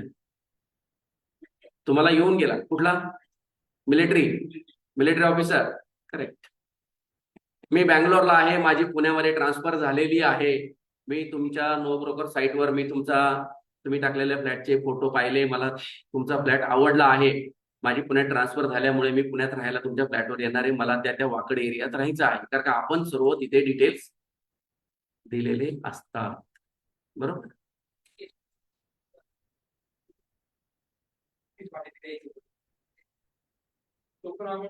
बरोबर, तेच सांगणार आहे मी तुला. काहीतरी नाही असं नाही तसं नाही, मला नाही मला घ्यायचं म्हणजे फोन पेला पाठवले होते पैसे. परत करा म्हणजे ती मागाशी मी सांगितलं 1,500 ते त्यांना फक्त अकाउंट ऍक्सेस पाहिजे असतो, तुमचा अकाउंट नंबर पाहिजे असतो, ऍक्सेस सुद्धा नको असतो. तसंच ते नो ब्रोकर मध्ये आहे. आधार कार्ड पाठवतात, पॅन कार्ड पाठवतात, मी हा ऑफिसर आहे, त्यांच्या डिफेन्सचं आय कार्ड पाठवतात, मग आपल्याला विश्वास बसतो खरंच हा ऑफिसर आहे, नेव्हीचा ऑफिसर आहे, एअरफोर्सचा ऑफिसर आहे, आला असेल तो लोगो सांगतो, पण सगळं सांगतो, मग आपला विश्वास बसतो, मग आपण त्याला हो म्हणतो, मग तो म्हणतो मला घर आवडले, मग तुम्हाला डिपॉझिट, आपल्याला इच्छा काय असते, कोणी डिपॉझिट दिल तो बुक झाला, थोडीफार अमाऊंट ऍडव्हान्स, मग हा म्हणतो मी 5,000 रुपये तुम्हाला ऍडव्हान्स म्हणून अमाऊंट देतो, तुमचा अकाउंट नंबर सांगा, तुम्ही सांगता, मग तो 5,000 पाठवतो, मग तो म्हणतो तुम्हाला मेसेज आला का, मी 5,000 पाठवले, तो स्क्रीनशॉट पाठवतो, मग तुम्ही म्हणता हो मला मेसेज आला, पण मगाशी म्हटल्याप्रमाणे ते पैसे ट्रान्सफर झालेले नसतात, ते इन एअरच असतात. तो फक्त असा मेसेज पाठवतो की तुम्हाला कळायला पाहिजे ते 5,000 तुमच्या अकाउंटला आले, तो काहीच खरा मेसेज नसतो, पैसे पाठवले नसतात, आणि तुम्ही हो म्हणता, आणि मग तुमचा ऍक्सेस त्याला, आणि नंतर मग काही दिवसांनी म्हणा किंवा काही मिनिटांनी म्हणा पुढची क्रिया सुरू. मग आपल्याला मेसेज येतात 10,000 गेले, 15,000 गेले, 25,000 गेले, ते सुरुवात करतात, जेवढे निघतील तेवढे निघतील, कारण मोठी एकदम अमाऊंट निघत नाही कधी कधी ना. असा प्रकार अपडेटमध्ये चालतो. पासपोर्ट व्हेरिफिकेशन, आपण कंटाळा करतो पासपोर्ट ऑफिसला जायचा, रांगेत उभं राहायला नको, इन्स्टंट काम, झटपट काम, माझं कसं ऑनलाईन होईल, सगळ्यात ऑनलाईनच्या ह्याने आहे. तुम्ही जेवढं ऑनलाईन काम करणार आहे ते जर तुम्ही काळजी घेऊन केलं तर तुम्हाला सगळ्या गोष्टी सुकर आणि शांत आहे. तिथं थोडा तुमचा निग्लिजन्स आला, थोडस आळशीपणा आला, थोडस दुर्लक्ष झालं की तिथे तुम्ही अटकला, आणि एकदा का त्याच्यात अडकला की तुम्हाला तिथनं बाहेर पडणं एकच मार्ग, तो म्हणजे तुमच्या अकाउंटचे पैसे त्याला देणे आणि आपण त्यातनं बाहेर.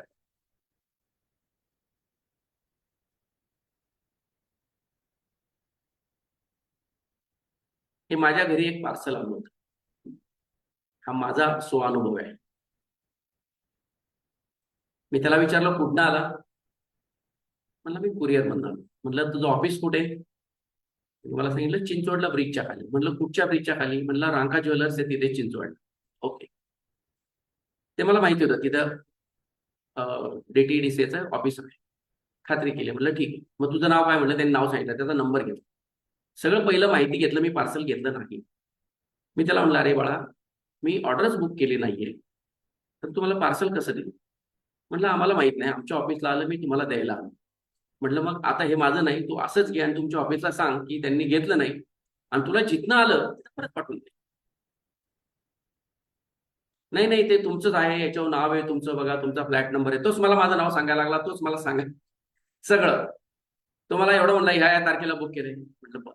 म्हटलं सगळं बाकी बरोबर आहे माझं, याचं फक्त एकच गोष्ट माझी नाही की मी याची ऑर्डर केलेली नाही, त्यामुळे मला हे नको, तू जा. मग मी आमच्या सेक्युरिटीला बोलवलं आणि त्याला बाहेर काढून दिलं. ह्या सिस्टम होतात. तुम्ही ज्या क्षणाला हे पार्सल घ्याल त्याच्या आतमध्ये गोष्टी असतात. मग तो आपल्याला परत OTP साठी नंबर मागतो. काही नसतं त्या पार्सलमध्ये, मोकळं असतं.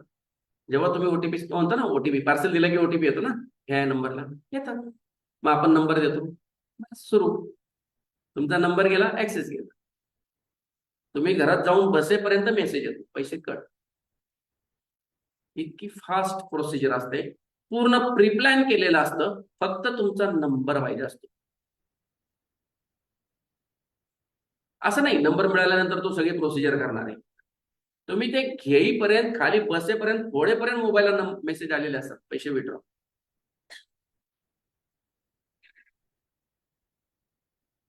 तुमचं बँक अकाउंट टेररिस्ट फंडासाठी वापरलंय.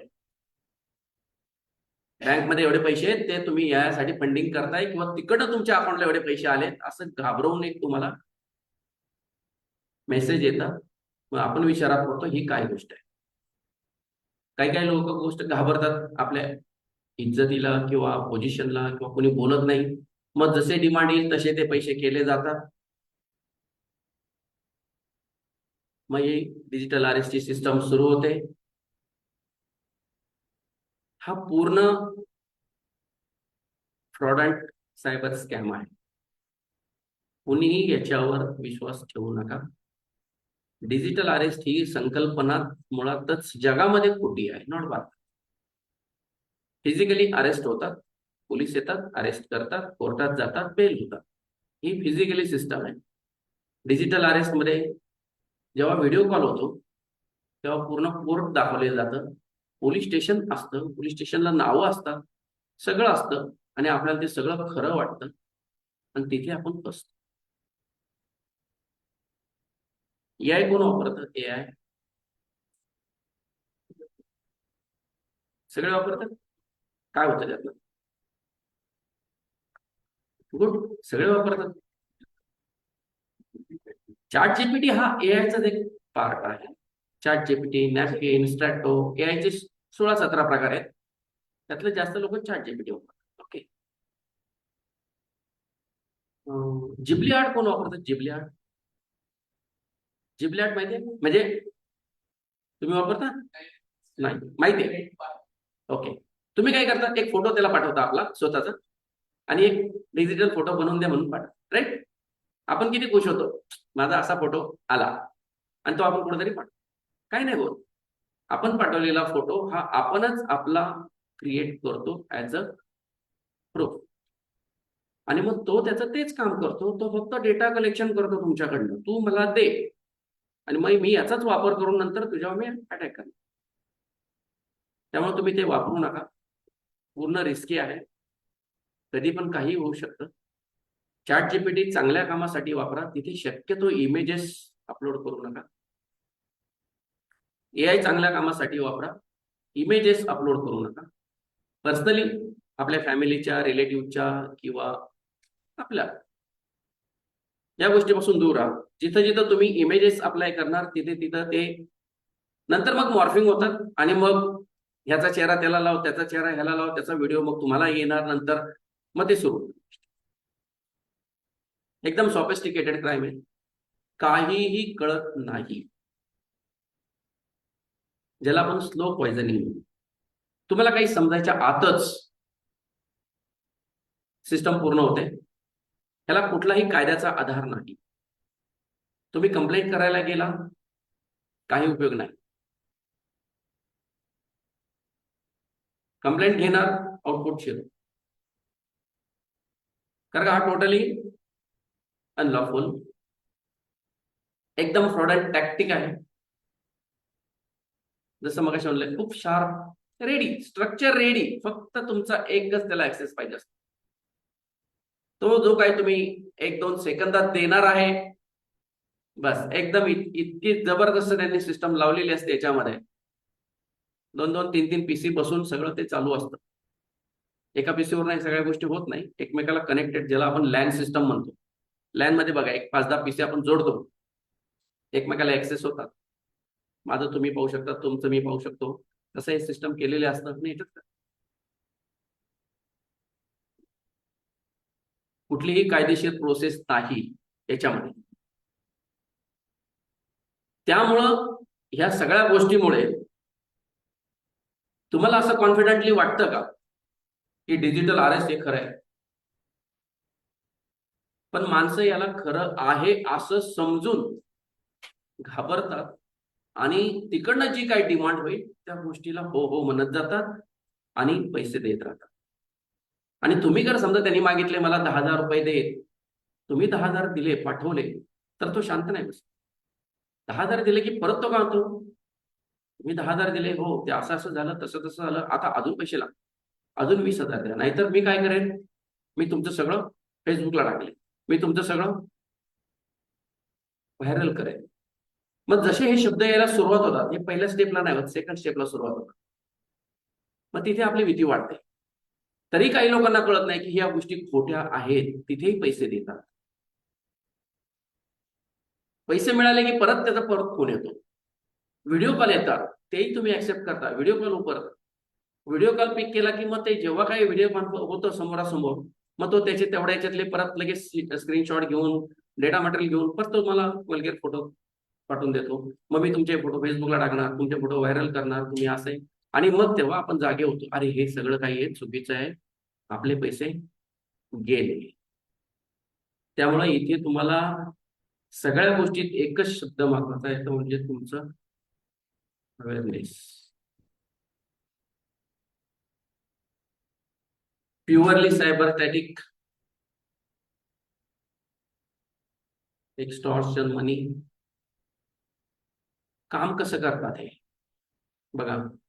सिस्टम त्यांची सिंपल कॉल असतो, एक तुम्हाला पहिला येत होतो, एकदम सोबर कॉल असतो, शांत आवाजात बोलतात, काही तुम्हाला डाऊट्स येऊ देत नाही, खूप सुंदर लँग्वेज असते, हिंदी, प्युअरली हिंदी बोलतात, की आपण बोलत नाही प्युअर हिंदी, ते एकदम परफेक्ट हिंदी, इंग्लिश, काही काही मराठी, नंतर टेक्स्ट मेसेज, नंतर व्हिडिओ कॉल, नंतर तुम्हाला भीती, नंतर तुमची डिमांड. या 4-5 गोष्टीला आपण बळी पडतो स्टेप टू स्टेप. आणि जेव्हा काही डिमांड होते आपण पैसे देतो. पैसे दिल्यानंतर मग तुम्हाला सांगतात की आम्ही तुम्हाला डिजिटल अरेस्ट केलेली आहे, आणि मग तिथे आपली घाबरायला सुरुवात होते. हे काही नसतं, डिजिटल अरेस्ट हा डोक्यातून काढून टाका. कुणाचा एक कॉल येऊ द्या, हो म्हणायचं, कट करायचा, सोडून द्यायचा. तुम्ही सगळेजण फोन ब्लॉक करता ना, बरेच जणांचे, ते होतात का? होतात, काही होतात. आता तुम्हीच तुमच्या फोनमध्ये ब्लॉक लिस्ट मध्ये जा आणि किती नंबर ब्लॉक झालेत हे बघा. जरी तिथे ब्लॉक झाले, ते फक्त आपल्या समाधानासाठी, काही ब्लॉक नाही, त्याच नंबरवर परत तुम्हाला दुसरे शिफ्ट. Footprint,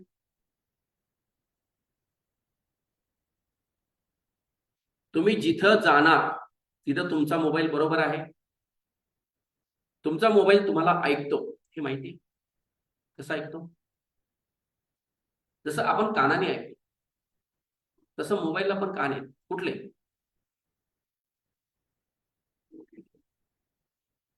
location. अजून? ओके. अजून? नेट. ओके. अजून? मायक्रोफोन. ओके. अजून? तुम्ही काय म्हणला मॅडम? ओके. त्याचे कान म्हणजे त्याचे इंटरनेट, बाकी काहीच नाही.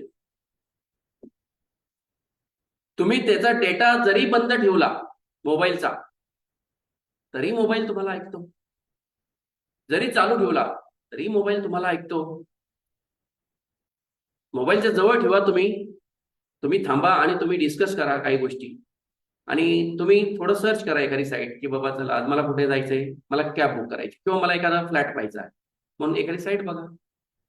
त्याच्यानंतर एक 5-10 मिनिटं जाऊ द्या, तुम्ही 2-3 साईट पाहता. त्याच्यानंतर पॉपअप सुरुवात होतात, मेसेज सुरुवात होतात. मग तो तुम्हाला सांगतो हे ओपन कर, ही साईट बघ, ती साईट बघ. कोण सांगतो? कोण सांगतो? तो कसा सांगतो याचा अर्थ त्याने तुम्हाला ऐकलंय. मग आपण त्याचे आलेले पॉपअप ओपन करतो. आपल्याला काही काही साईट मिळतात, काही काही मिळत नाहीत, काही काहीला रेड क्वेश्चन येतात, काही काही बॅन म्हणून येतात. मग त्याच्यामधले ज्या इन्स्टंट पॉपअप येतात, एकदम असं धडकने येतात, त्या सगळ्या हॅकरच्या साईट असतात आणि त्यालाच आपण यस करतो आणि त्या ओपन होतात, की ज्या व्हायला नाही पाहिजे. ते ओपन झाले की आपण त्याला येस येस म्हणतो आणि बघत राहतो. तिथे ऍक्सेस त्यांना मिळतो. त्यामुळे कुठच्या साईट ओपन करायच्या, कशा करायच्या ह्या आपण डिसाईड करतो. म्हणून त्याचं नॉलेज आपल्याला पाहिजे. Social media, Facebook, Twitter, Instagram, जेवढा सोशल मीडिया आहे त्याच्यावर तुम्ही सगळे आहात, बरोबर? म्हणजे आपण आज कुठे आहे? एकाच भाषेत एकाच शब्दात सांगायचं झालं तर आज आपण कुठे आहे? जगाच्या पाठीवर आहे ना. तुम्ही इथे पण आहात, तुम्ही US मध्ये पण आहात, तुम्ही कॅनडामध्ये पण आहात. तुमच्या मित्रांनी तुम्हाला कॅनडामध्ये पाहिलं तर त्याला दिसणार ना तुम्ही तिथे. मग त्याला जेव्हा कॅनडामध्ये तुम्ही दिसताय ते कशा स्वरूपात दिसतात? जरी मी तुम्हाला इथून फोन लावला, साहेबांना मी फोन लावला, तर साहेबांना माझा फोन डायरेक्ट गेला का? नाही. याच्यामध्ये काय आहे?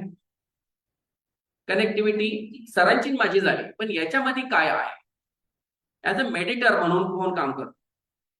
की यांना आणि मला जोडण्याचं काम कोण करतं? नेट करतं, इंटरनेट करतं. इंटरनेट स्वतः डायरेक्ट जोडतं का आमच्या दोघांना? नाही. मग त्याला मेडिटर कोण आहे? त्याला मेडिटर BSNL, BSNL, विस्टा ह्या गोष्टी आहेत. मग त्यांना मेडिटर कोण आहे? त्यांना मेडिटर कंपन्या आहेत जे सर्व्हिस प्रोव्हायडर आहेत. रिलायन्स, एअरटेल, आयडिया, जिओ हे सर्व्हिस प्रोव्हायडर आहेत. यांना मेडिटर कोण आहे? विदेश संचार निगम ऐकलं असेल आपण, हे आहे. हे सगळे वेगवेगळे आहेत. हे प्रत्येकाच्या एकमेकाच्या परमिशननी जोडले जातात. ते एकमेकाला पहिलं क्लिअर करतात हे खरं आहे का, मगच ऍक्सेस देतात आणि मग सरांचं माझं जोडणी होते आणि आम्ही बोलतो. याच्यामध्ये एक सर्व्हर नावाची गोष्ट असते. जगामध्ये 7 सर्व्हर आहेत. त्यातले 5 सर्व्हर US मध्ये आहेत, 2च सर्व्हर इंडियात आहेत. मग सरांचं माझं जे बोलणं होणार आहे या 7 सर्व्हर पैकी एका सर्व्हरवरनं आमची जोडणी झालेली आहे. मग तो सर्व्हर कुठला हा फाइंड आउट करणं नॉट अ जोक. जर हा इंडियातला असेल तर सरांचं माझ्या कन्व्हर्सेशनचं सगळं भाषण, आम्ही काही केलं, समजा एखादा फ्रॉड केला किंवा क्राईम केला, पोलिसने आम्हाला अटक केली, तर आमच्या दोघांचे फोन घेऊन ते मिळू शकतात पोलीस. बट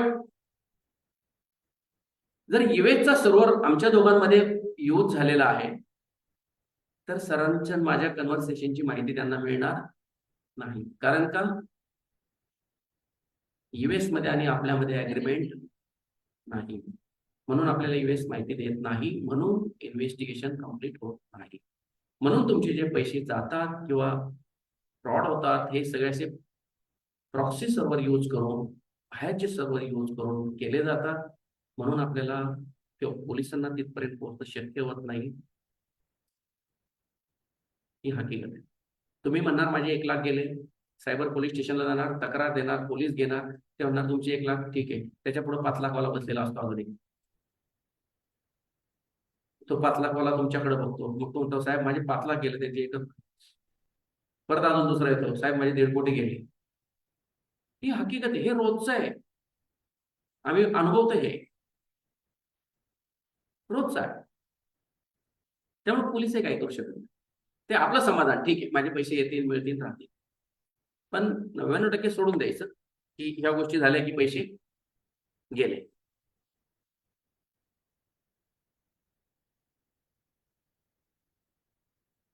ते फुटप्रिंट तुम्ही कुठे कुठे सोडता, तुमचे फुटप्रिंट मीन्स तुमची आयडेंटिटी. प्रत्येक माणसाला त्याची एक आयडेंटिटी आहे. कोण सांगेल मला?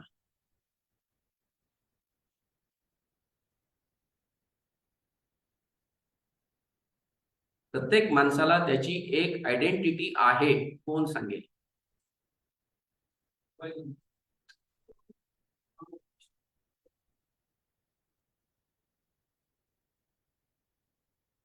जन्मजात घेऊन आलेली असते.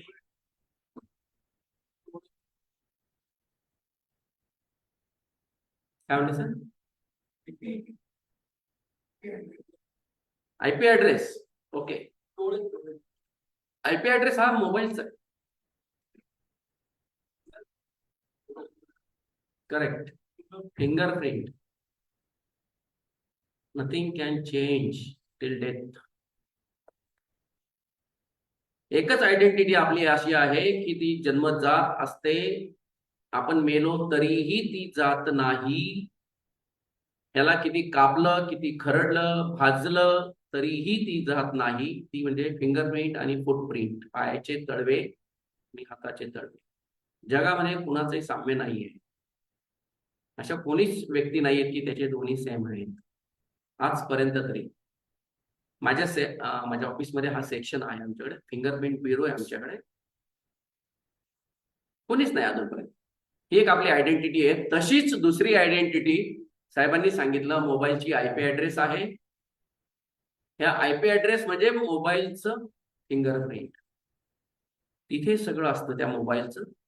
तो कुठच्या देशात कुठच्या तारखेला तयार झाला, तो मार्केटमधनं चायनामध्ये इंडियात कधी आला, इंडियात कुठच्या शॉपमध्ये आला, कुठच्या शोरूमला आला, त्या शोरूम मध्ये त्या कस्टमरनी कधी विकत घेतला आणि त्या कस्टमरनी त्याच्यात सिम कार्ड घालून त्यांनी कधी तो रन केला, याची सगळी इत्थंभूत माहिती त्या आयपी ऍड्रेस मध्ये असते.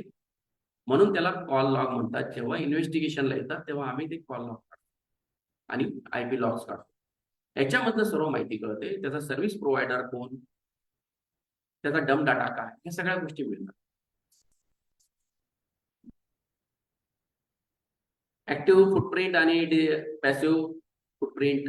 Social media, blogs, uploading photos, video, creating online profile, sending emails आणि feeling out online forms.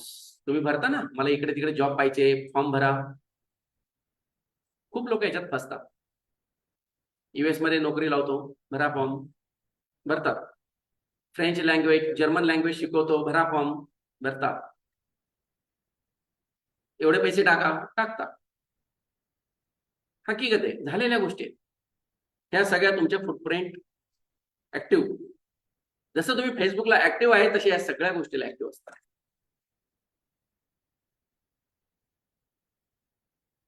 Passive digital footprint तुमचे आहे. तुम्ही सगळ्या गोष्टी करता, मी त्या गोष्टी करतो, फक्त आपण त्याबाबत जागरूक नसतो. त्या म्हणजे ब्राउझिंग हिस्ट्री. जेव्हा तुम्ही नेट वापरता मोबाईल मधलं किंवा PC मधलं, त्याच्या बाजूला एक 3 डॉट असतात, त्याच्यामध्ये त्या सगळ्या गोष्टीच्या डिटेल्स राहतात. मोबाईल मधलं किंवा लॅपटॉप मधलं माहिती डिलीट केली तर ती जाते, बरोबर आहे. आपण एखादी गोष्ट आहे ती डिलीट केली तर जाते, हे बरोबर आहे हो किंवा नाही?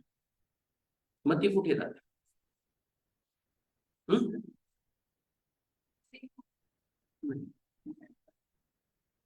रिसायकल बिन मधनं मी डिलीट केली, मी रिसायकल बिन फोल्डरच डिलीट केलं. Everything is possible. तिथनंही डिलीट केली, क्लाउड वरनं पण डिलीट केली, कुठे असणार? म्हणजे बघा, ह्याच्यामध्ये सुद्धा आपल्याला कसं आहे, आपण ह्याच्यात अवेअरनेस नाही. कुठलाही इलेक्ट्रॉनिक मीडिया असू द्या, याच्यातली कोणतीही प्रकारची माहिती डिलीट होत नाही. मोबाईल, पीसी, लॅपटॉप जे काय आहे तयार झालेल्या दिवसापासून जोपर्यंत ते बंद पडलेलं आहे तरी ती असते, कुठेही जात नाही. जेव्हा तुम्ही ते हार्डवेअर तोडणार, फोडणार, दगड मारून काय करणार, तेव्हाच ती व्हॅनिश होणार. ती रिट्राईव्ह करता येत नाही. तुमच्याकडे असे सॉफ्टवेअर आहेत, तुम्ही काही करा, किती पीसी फॉर्मॅट मारा, सर्व माहिती मिळते. तुमचे व्हिडिओ कॉल मिळतात, फोटो मिळतात, ऑल टाईप ऑफ इमेजेस मिळतात, सर्व टेक्स्ट मिळतात, व्हॉट्सअप चॅट मिळतं, टेक्स्ट चॅट मिळतं. जेवढं तुम्ही वापरता सगळ्या गोष्टी मिळतात, काही डिलीट होत नाही. त्यामुळे हा एक मनातला शब्द काढून टाका की मी ह्याच्यावर केलंय ते, पाहिलंय ते, डिलीट केलंय, आता कोणाला समजणार नाही, हे चुकीचं आहे. हिस्ट्रीमध्ये सगळ्या गोष्टी येतात, किती वाजता पाहिलं, काय पाहिलं, कुठची साईट पाहिली, किती वेळा पाहिली, तुम्ही त्याला किती वेळा पिन केलं, सगळं येतं. कुठच्या लोकेशन वरनं केलं, कुठच्या पीसी वरनं, कुठच्या मोबाईल वरनं केलं, कुणाच्या घरातून केलं, कुणाच्या कॅफे मधनं केलं, सगळं. ओके. कुकीज आपण सगळ्या मोबाईल येतं बघा, एखादं ऍपलोड डाउनलोड, कुकीज येस करा, हे त्याच्यासाठी. तुम्ही त्याला नो केलं तर ते ऍप्लिकेशन डाउनलोड नाही. तुम्हाला ते मॅन्डेटरी त्यांनी करूनच ठेवले की तुम्ही त्याला येस करा, म्हणून तुमची इन्फॉर्मेशन सगळी कुकी, तुम्ही काही करा दिवसभर, सगळं तिथे स्टोर. आयपी ऍड्रेस साहेबांनी सांगितले, त्याची एक आयडेंटिटी, लोकेशन डेटा तुमचा डिव्हाइस मिळतो, सगळी हिस्ट्री मिळते, आणि जे काही तुमच्या हॅबिट्स आहेत ऑनलाईनच्या त्या सगळ्या आपल्याला कळतात. हे सगळं पॅसिव्ह मध्ये जात. ह्या रिअल केसेस आहेत 4, एकदम मजेशीर आहे. मला थोडंच राहिलंय असेल. एक लेडी आहे, पुण्यातल्या आहे,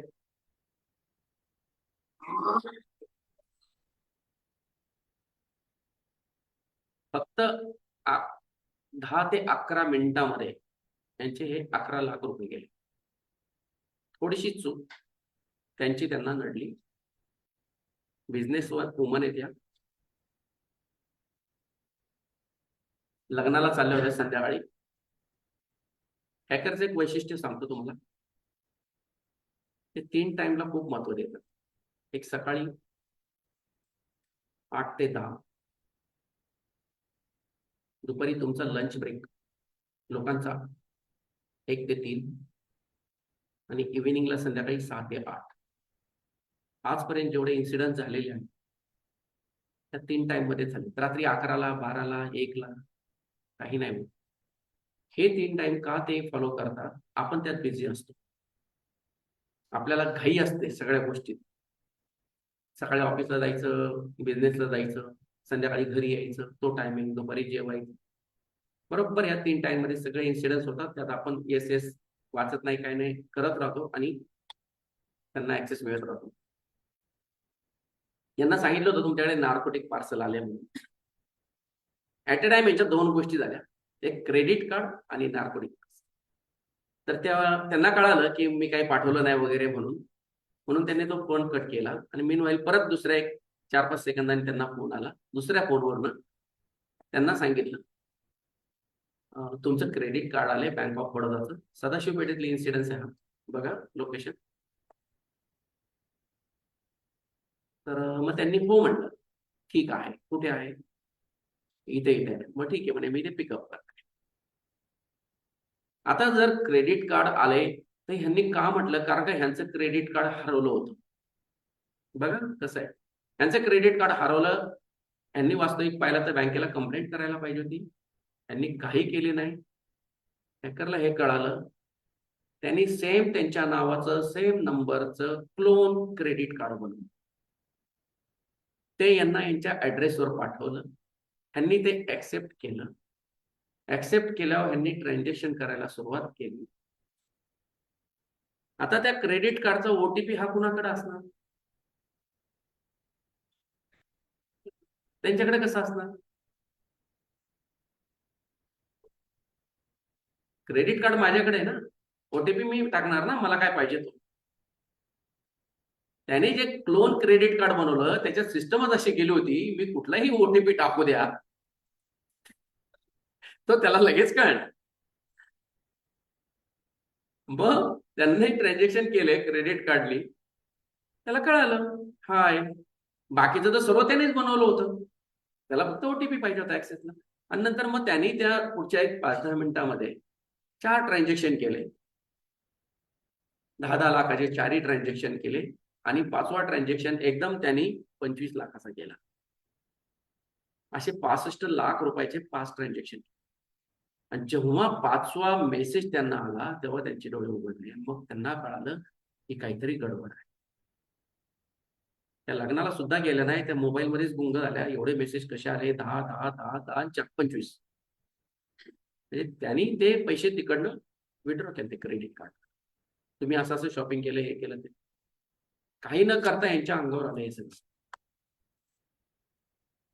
थोडस आपला निग्लिजन्स. प्रत्येक बँकेची लिमिट वेगळी आहे. सगळ्यात जास्त कॉर्पोरेट वाल्यांना जास्त आहे, बिझनेस वाल्यांना जास्त आहे. नॅशनलाइज बँकेला कमी आहे.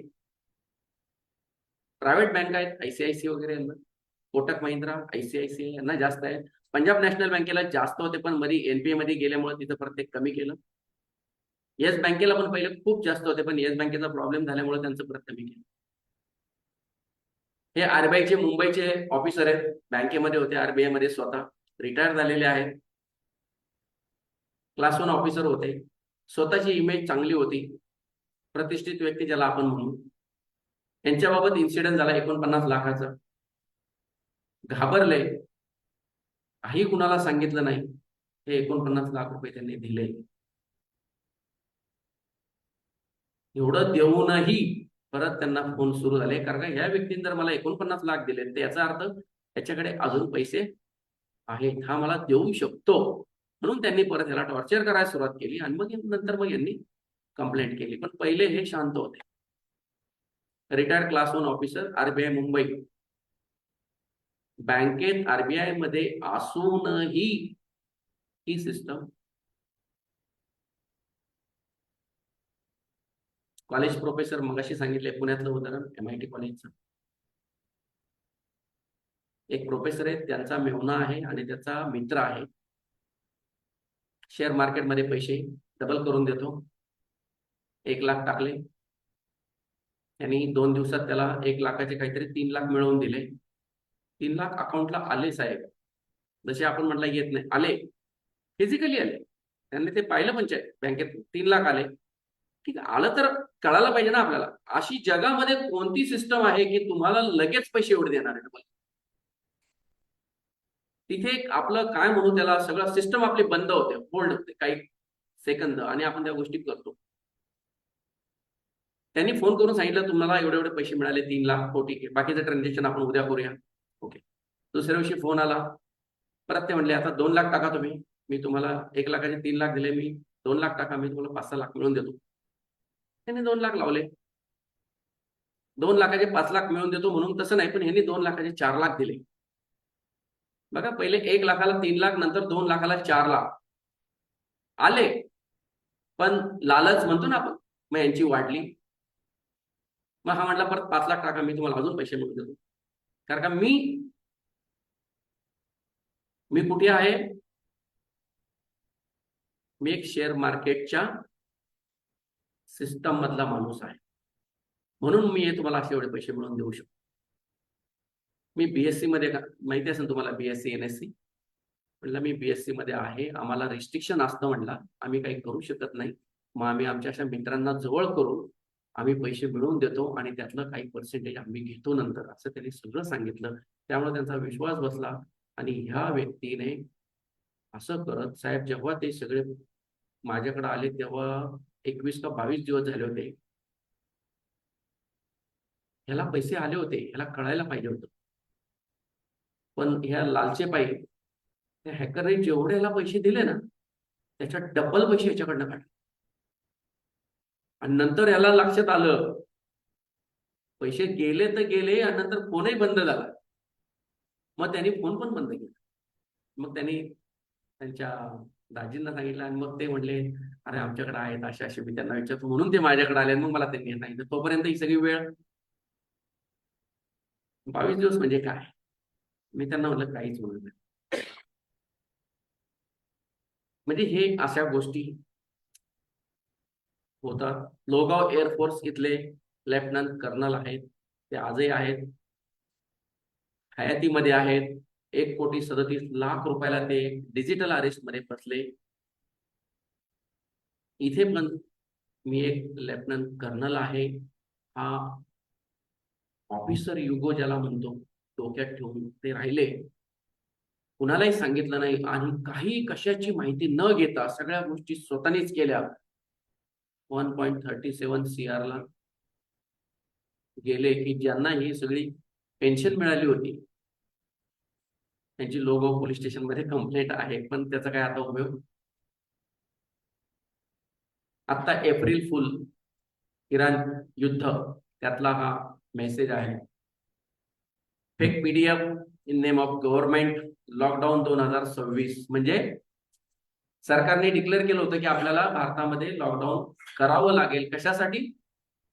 क्रूड ऑइल आणि गॅस. तर त्याचा फायदा यांनी, म्हणून म्हटलं ना टेक्नॉलॉजी काय येते ते बघतात आणि लगेच ऍक्सेस ऍक्टिव्ह होतात की आपल्याला संपेपर्यंत कळेपर्यंत सगळं संपलेलं असतं. मग त्यांनी लगेच हा एप्रिल फुलला मेसेज केला, या पीडीएफ फाईल केल्या, टेक्स्ट मेसेजला आणि पीडीएफ फाईल केली, सगळ्यांना पाठवत राहिल्या. ज्यांनी ज्यांनी एप्रिल फुलची टेक्स्ट पीडीएफ फाईल ओपन केली ना ते सगळे अडकले. खूप इन्सिडेंट झाले. एकच फाईल आहे पीडीएफ फाईल, ती पीडीएफ आली, ओपन केली, तुमचा ऍक्सेस त्यांना मिळाला, त्यांनी ऍक्टिव्हिटी सुरू केल्या.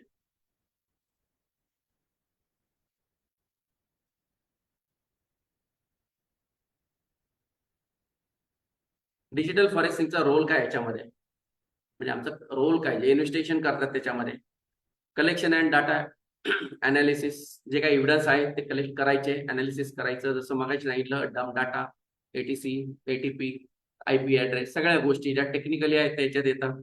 अनालिसिस, डिव्हाइस कुठले वापरलेले आहेत, त्यांनी काय काय डिव्हाइस आहेत याचं अनालिसिस, आणि क्रिमिनलचं ट्रॅकिंग करायचं. हे ट्रॅकिंग सगळं त्या आयपी ऍड्रेसवरनं किंवा लॉगवरनं होत असतं. याच्यामध्ये सगळे सर्व्हिस प्रोव्हायडर येतात, सगळे नेटवर्क प्रोव्हायडर येतात, सगळ्या टेक्निकल कंपन्या येतात. त्यांच्या प्रत्येकाच्या मदतीने हा सगळा प्रवास त्या व्यक्तीपर्यंत जातो. पण ती व्यक्ती जर इंडियात असेल तर, बाहेर असेल तर ऍक्सेस होत नाही.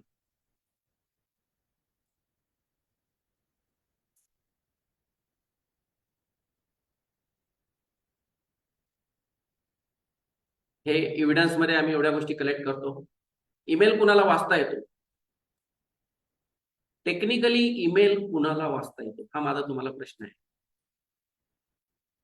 तुम्ही सर्व ईमेल वापरता, इनबॉक्स, आउटबॉक्स, बरोबर, ट्रॅश, स्पॅम, सगळं. आलेला ईमेल, मी तुम्हाला ईमेल पाठवलाय तर तुम्ही काय करणार, ईमेल ओपन करता आणि रीड करता काय आहे एवढंच. याला तुम्ही काय म्हणता? मी ईमेल पाहिला किंवा मी तुमचा ईमेल पाहिला, वाचला. तर याला वाचला नाही म्हणत. ईमेल वाचणं म्हणजे काय माहितीये का?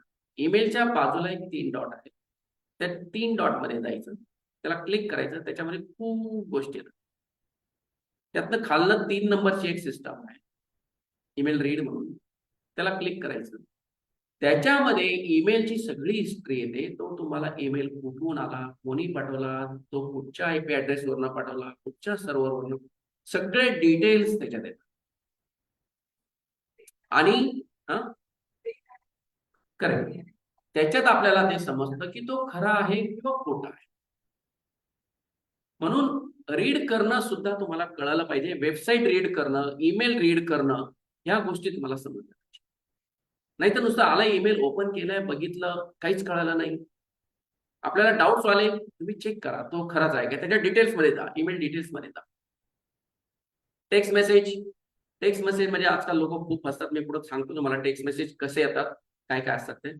WhatsApp message, CDR, call record, बरोबर, कॉल लॉग्स आणि IP लॉग्स, हे सर्व एव्हिडन्स मध्ये होतं.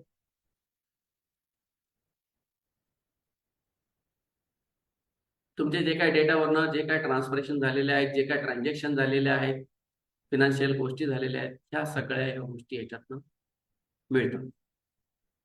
याच्यासाठी हे फॉरेन्सिक टूल्स आहेत. ह्यूज अमाऊंट त्याची प्राइस खूप आहे. हे सगळे टूल्स वापरून ह्या गोष्टी आम्ही किंवा इन्व्हेस्टिगेशन जे टेक्निकली करतात त्या गोष्टी वापराव्या लागतात. जे एक्सपर्ट्स आहेत त्यांना. गव्हर्नमेंट सिस्टमकडे या गोष्टी काही जागी आहेत, काही जागी नाहीये. हे त्याच्या रिलेटेड लॉ आहे. आपल्याला चॅलेंजेस काय आहेत? अननोन पर्सन, प्रॉक्सी सर्व्हर, मगाशी सांगितल्याप्रमाणे हे चॅलेंजेस आपल्या पुढे. मला व्यक्तीच माहिती नाहीये कोण आहे, किंवा त्या व्यक्तीने वापरलेला सर्व्हर हा प्रॉक्सी आहे, त्याची माहिती मला मिळणारच नाही. माझे गेलेले पैसे गेले. माझे गेलेले पैसे कधी मिळतील? जर त्यांनी जर सर्व्हर वापरला तर मी त्याच्यापर्यंत पोहोचू शकतो किंवा मी ते पैसे थांबवू शकतो. प्रॉक्सी इंटरनेट ते पण वापरलं जातं.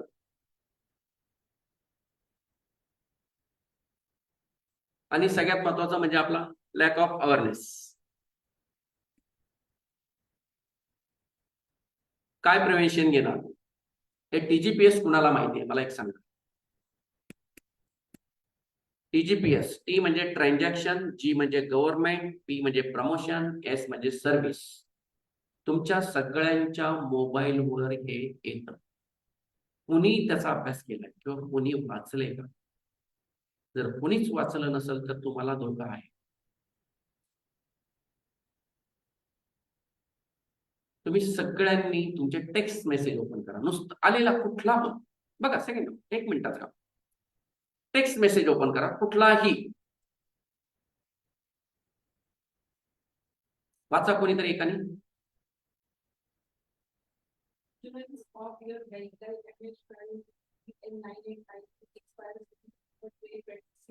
Okay,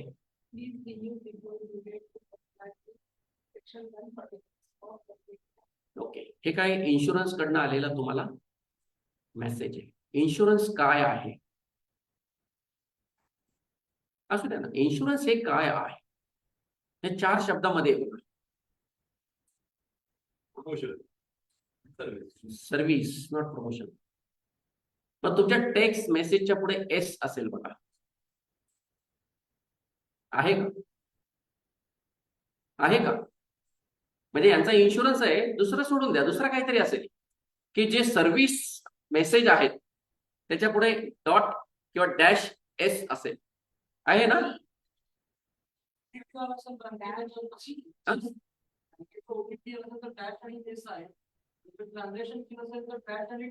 correct, correct. G means government. तुम्हाला ती सिस्टम जी आहे ती गव्हर्नमेंट कडनं आलेली आहे. आता हे 4 शब्द सोडून जे मेसेज आहे ते 100% हे तुम्हाला अवेअरनेस पाहिजे. बरोबर आहे, नाहीच ना? बरोबर नाही, पण ते यायला पाहिजे. नाही, डेबिट क्रेडिटचं नाही म्हणत मी तुम्हाला, टेक्स्ट मेसेज म्हणतो, पण ते यायला पाहिजे. तुम्ही बँकेला कळवा की असा तुमचा मेसेज येतोय का तो विदाउट कोडिंगचं येतं, हे कोडिंग म्हणतात त्याला. हा, प्रमोशन कॉल्स येतात त्याला पी येतो. यायला पाहिजे, ते लोकांनी केलं नाही, करायला पाहिजे. हे सगळ्यांना बंधनकारक केलंय गव्हर्नमेंटने. म्हणून ही अक्षरं TGPS लक्षात ठेवा. आणि ह्याच्यामध्ये फ्रॉड खूप होतात, म्हणून आपण ते पटक्याने ओपन करतो आणि मग आपले ऍक्सेस जातात. तुमची personal details, OTP, password, IP address मोबाईलचा कुणालाही शेअर करू नका. मी तुमचा मोबाईल घेतला, मी साहेबांना म्हणलं सर माझा मोबाईल बंद आहे किंवा स्विच ऑफ झाला, बॅटरी संपली, मला 1 मिनिट द्या ना, माझा नंबर पाठी, मला घरी फॅमिलीला फोन लावायचे. साहेब देतील का नाही मला? देतील. आता एक म्हणजे माणूस धर्म म्हणून किंवा आताच्या सिस्टमला आपण आता काही पैसे लागत नाही एवढे. पहिलं कसं होतं, मिनिटावर पैसे झाले. म्हणजे मी जेव्हा मोबाईल घेतला होता, मी 36 रुपये पर मिनिट मी आयडियाचा मोबाईल वापरायचा. आम्ही अक्षरशः बटनावर बोट ठेवायचं आणि तो अर्धा मिनिटात कसा होईल 18 रुपयांनी, आमचं असं होतं. आउटगोईंग 36 रुपये आणि इनकमिंग आम्हाला 18 रुपये होते त्यावेळेची गोष्ट. तसं बटनावर बोट ठेवणार, एवढं स्पीडली पटपट पटपट पटपट बोलायचं आणि तेवढ्या नंतर बघायचं, हा 25 सेकंद 26 सेकंद सॅटिस्फाईड व्हायचं, चला 18 रुपयात कॉल झाला असं. तर याच्यामध्ये तुम्ही तुमचे एक गुगल ओपन करा 1 मिनिटात आणि तिथे फक्त म्हणा माय IP. हे खूप जणांना माहिती नाहीये, ह्या गोष्टी माहिती पाहिजेत.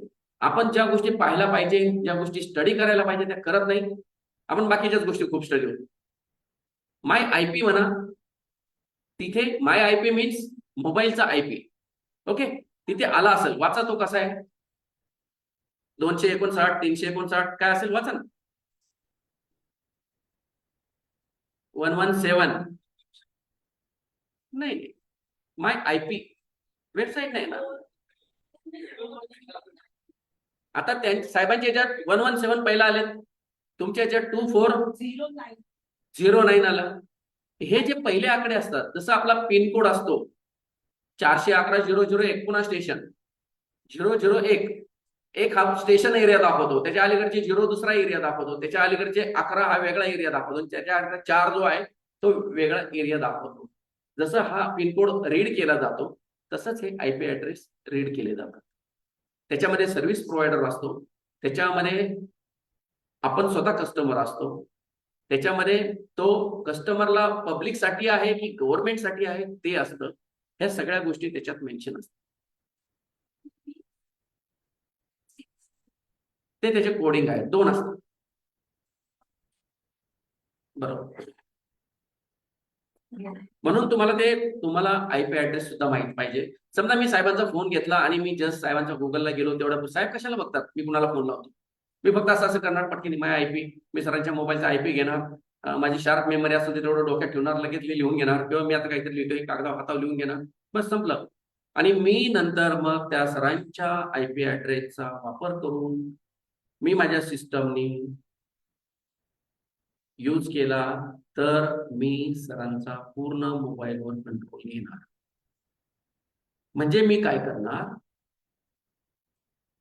सर जे करणार ते मला माझ्या मोबाईलवर दिसणार. बघा बरं का मी काय सांगतो. सरांनी तुम्हाला फोन लावला मला दिसणार, सरांनी यांना फोन लावला, सरांनी XYZ मेसेज केला तो मला दिसणार. मग मी काय करणार, मी इकडनं एक सरांना मेसेज पाठवणार, मी तुम्हाला मारून टाकेल, तुम्ही मला एवढे पैसे द्या नाहीतर मी तुम्हाला मारून टाकेल. आणि मी हा मेसेज माझ्या मोबाईलवरनं टाईप करणार, पण मला यांचा नंबर माहिती आहे, यांच्या नंबरवरनं मी सरांना पाठवणार. मग सरांना कुठला मोबाईलवरनं मेसेज जाणार,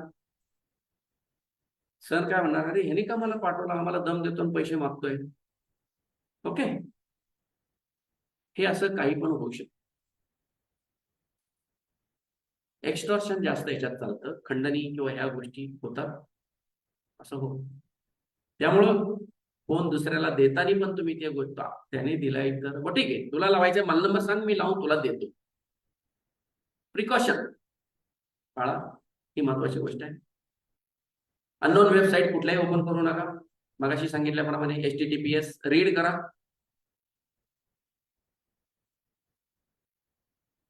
APK फाईल सगळ्यात डेंजरस. APK फाईल म्हणजे प्रोग्राम फाईल असतात, त्या डाउनलोड करू नका. कुठलीही फाईल डाउनलोड करू नका. डाउनलोड केली की तुमच्या ह्याच्यात एंट्री झाली की मला ऍक्सेस मिळाला, कारण का ते एपीके फाईल मीच पाठवलेल्या असतात. मला फक्त एवढंच निमित्त असतं की तुम्ही ती डाउनलोड करावी, बस. ओपन करायची आवश्यकता नाही. डाउनलोड केली की ऑटोमॅटिक ओपन होते.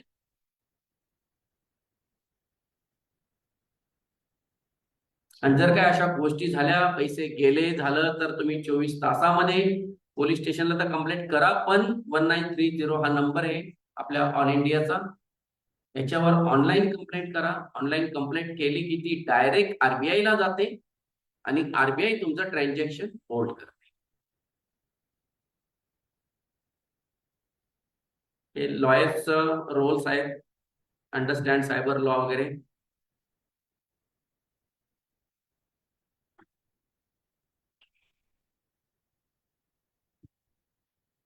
याच्यातनं सगळ्यात महत्वाची एकच गोष्ट आहे, तुम्हाला 2च शब्द, बाकी काही नाही.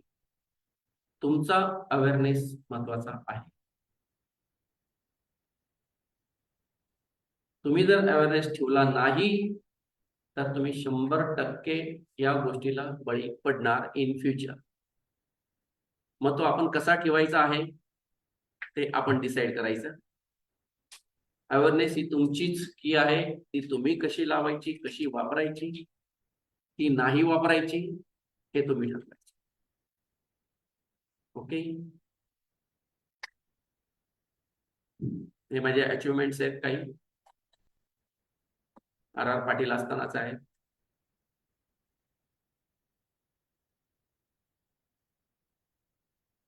थँक्यू.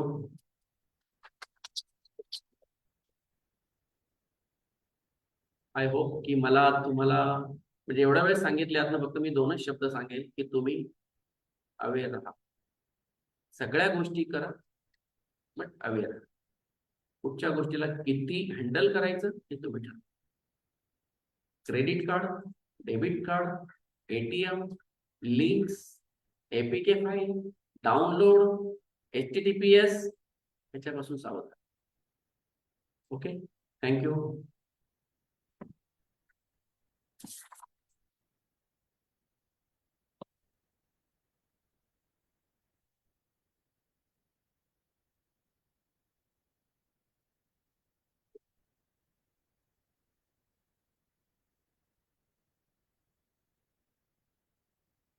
धन्यवाद हे शब्द देखील अपुरे आहेत. इतकं सुंदर आजचं आपलं हे माहितीपर मार्गदर्शन होतं. खरं तर ह्याच्यावर अजून वेळ जेवढा देऊ तेवढा कमी आहे, तेवढी जास्त माहिती होईल. परंतु आपल्याकडे आज पुढचे आपले लेक्चर पण इथे आलेले आहेत. सर, आपण इथे आला आणि आम्हाला सुंदर प्रकारे माहिती दिली. आम्ही नक्कीच त्यातल्या जेवढे लक्षात येईल तेवढे प्रिकॉशन नक्कीच घेऊ. आपले मनपूर्वक धन्यवाद. यानंतर आजचं हे लेक्चर इथेच संपलं आणि आपण पुढचं लेक्चर लगेचच चालू करूया.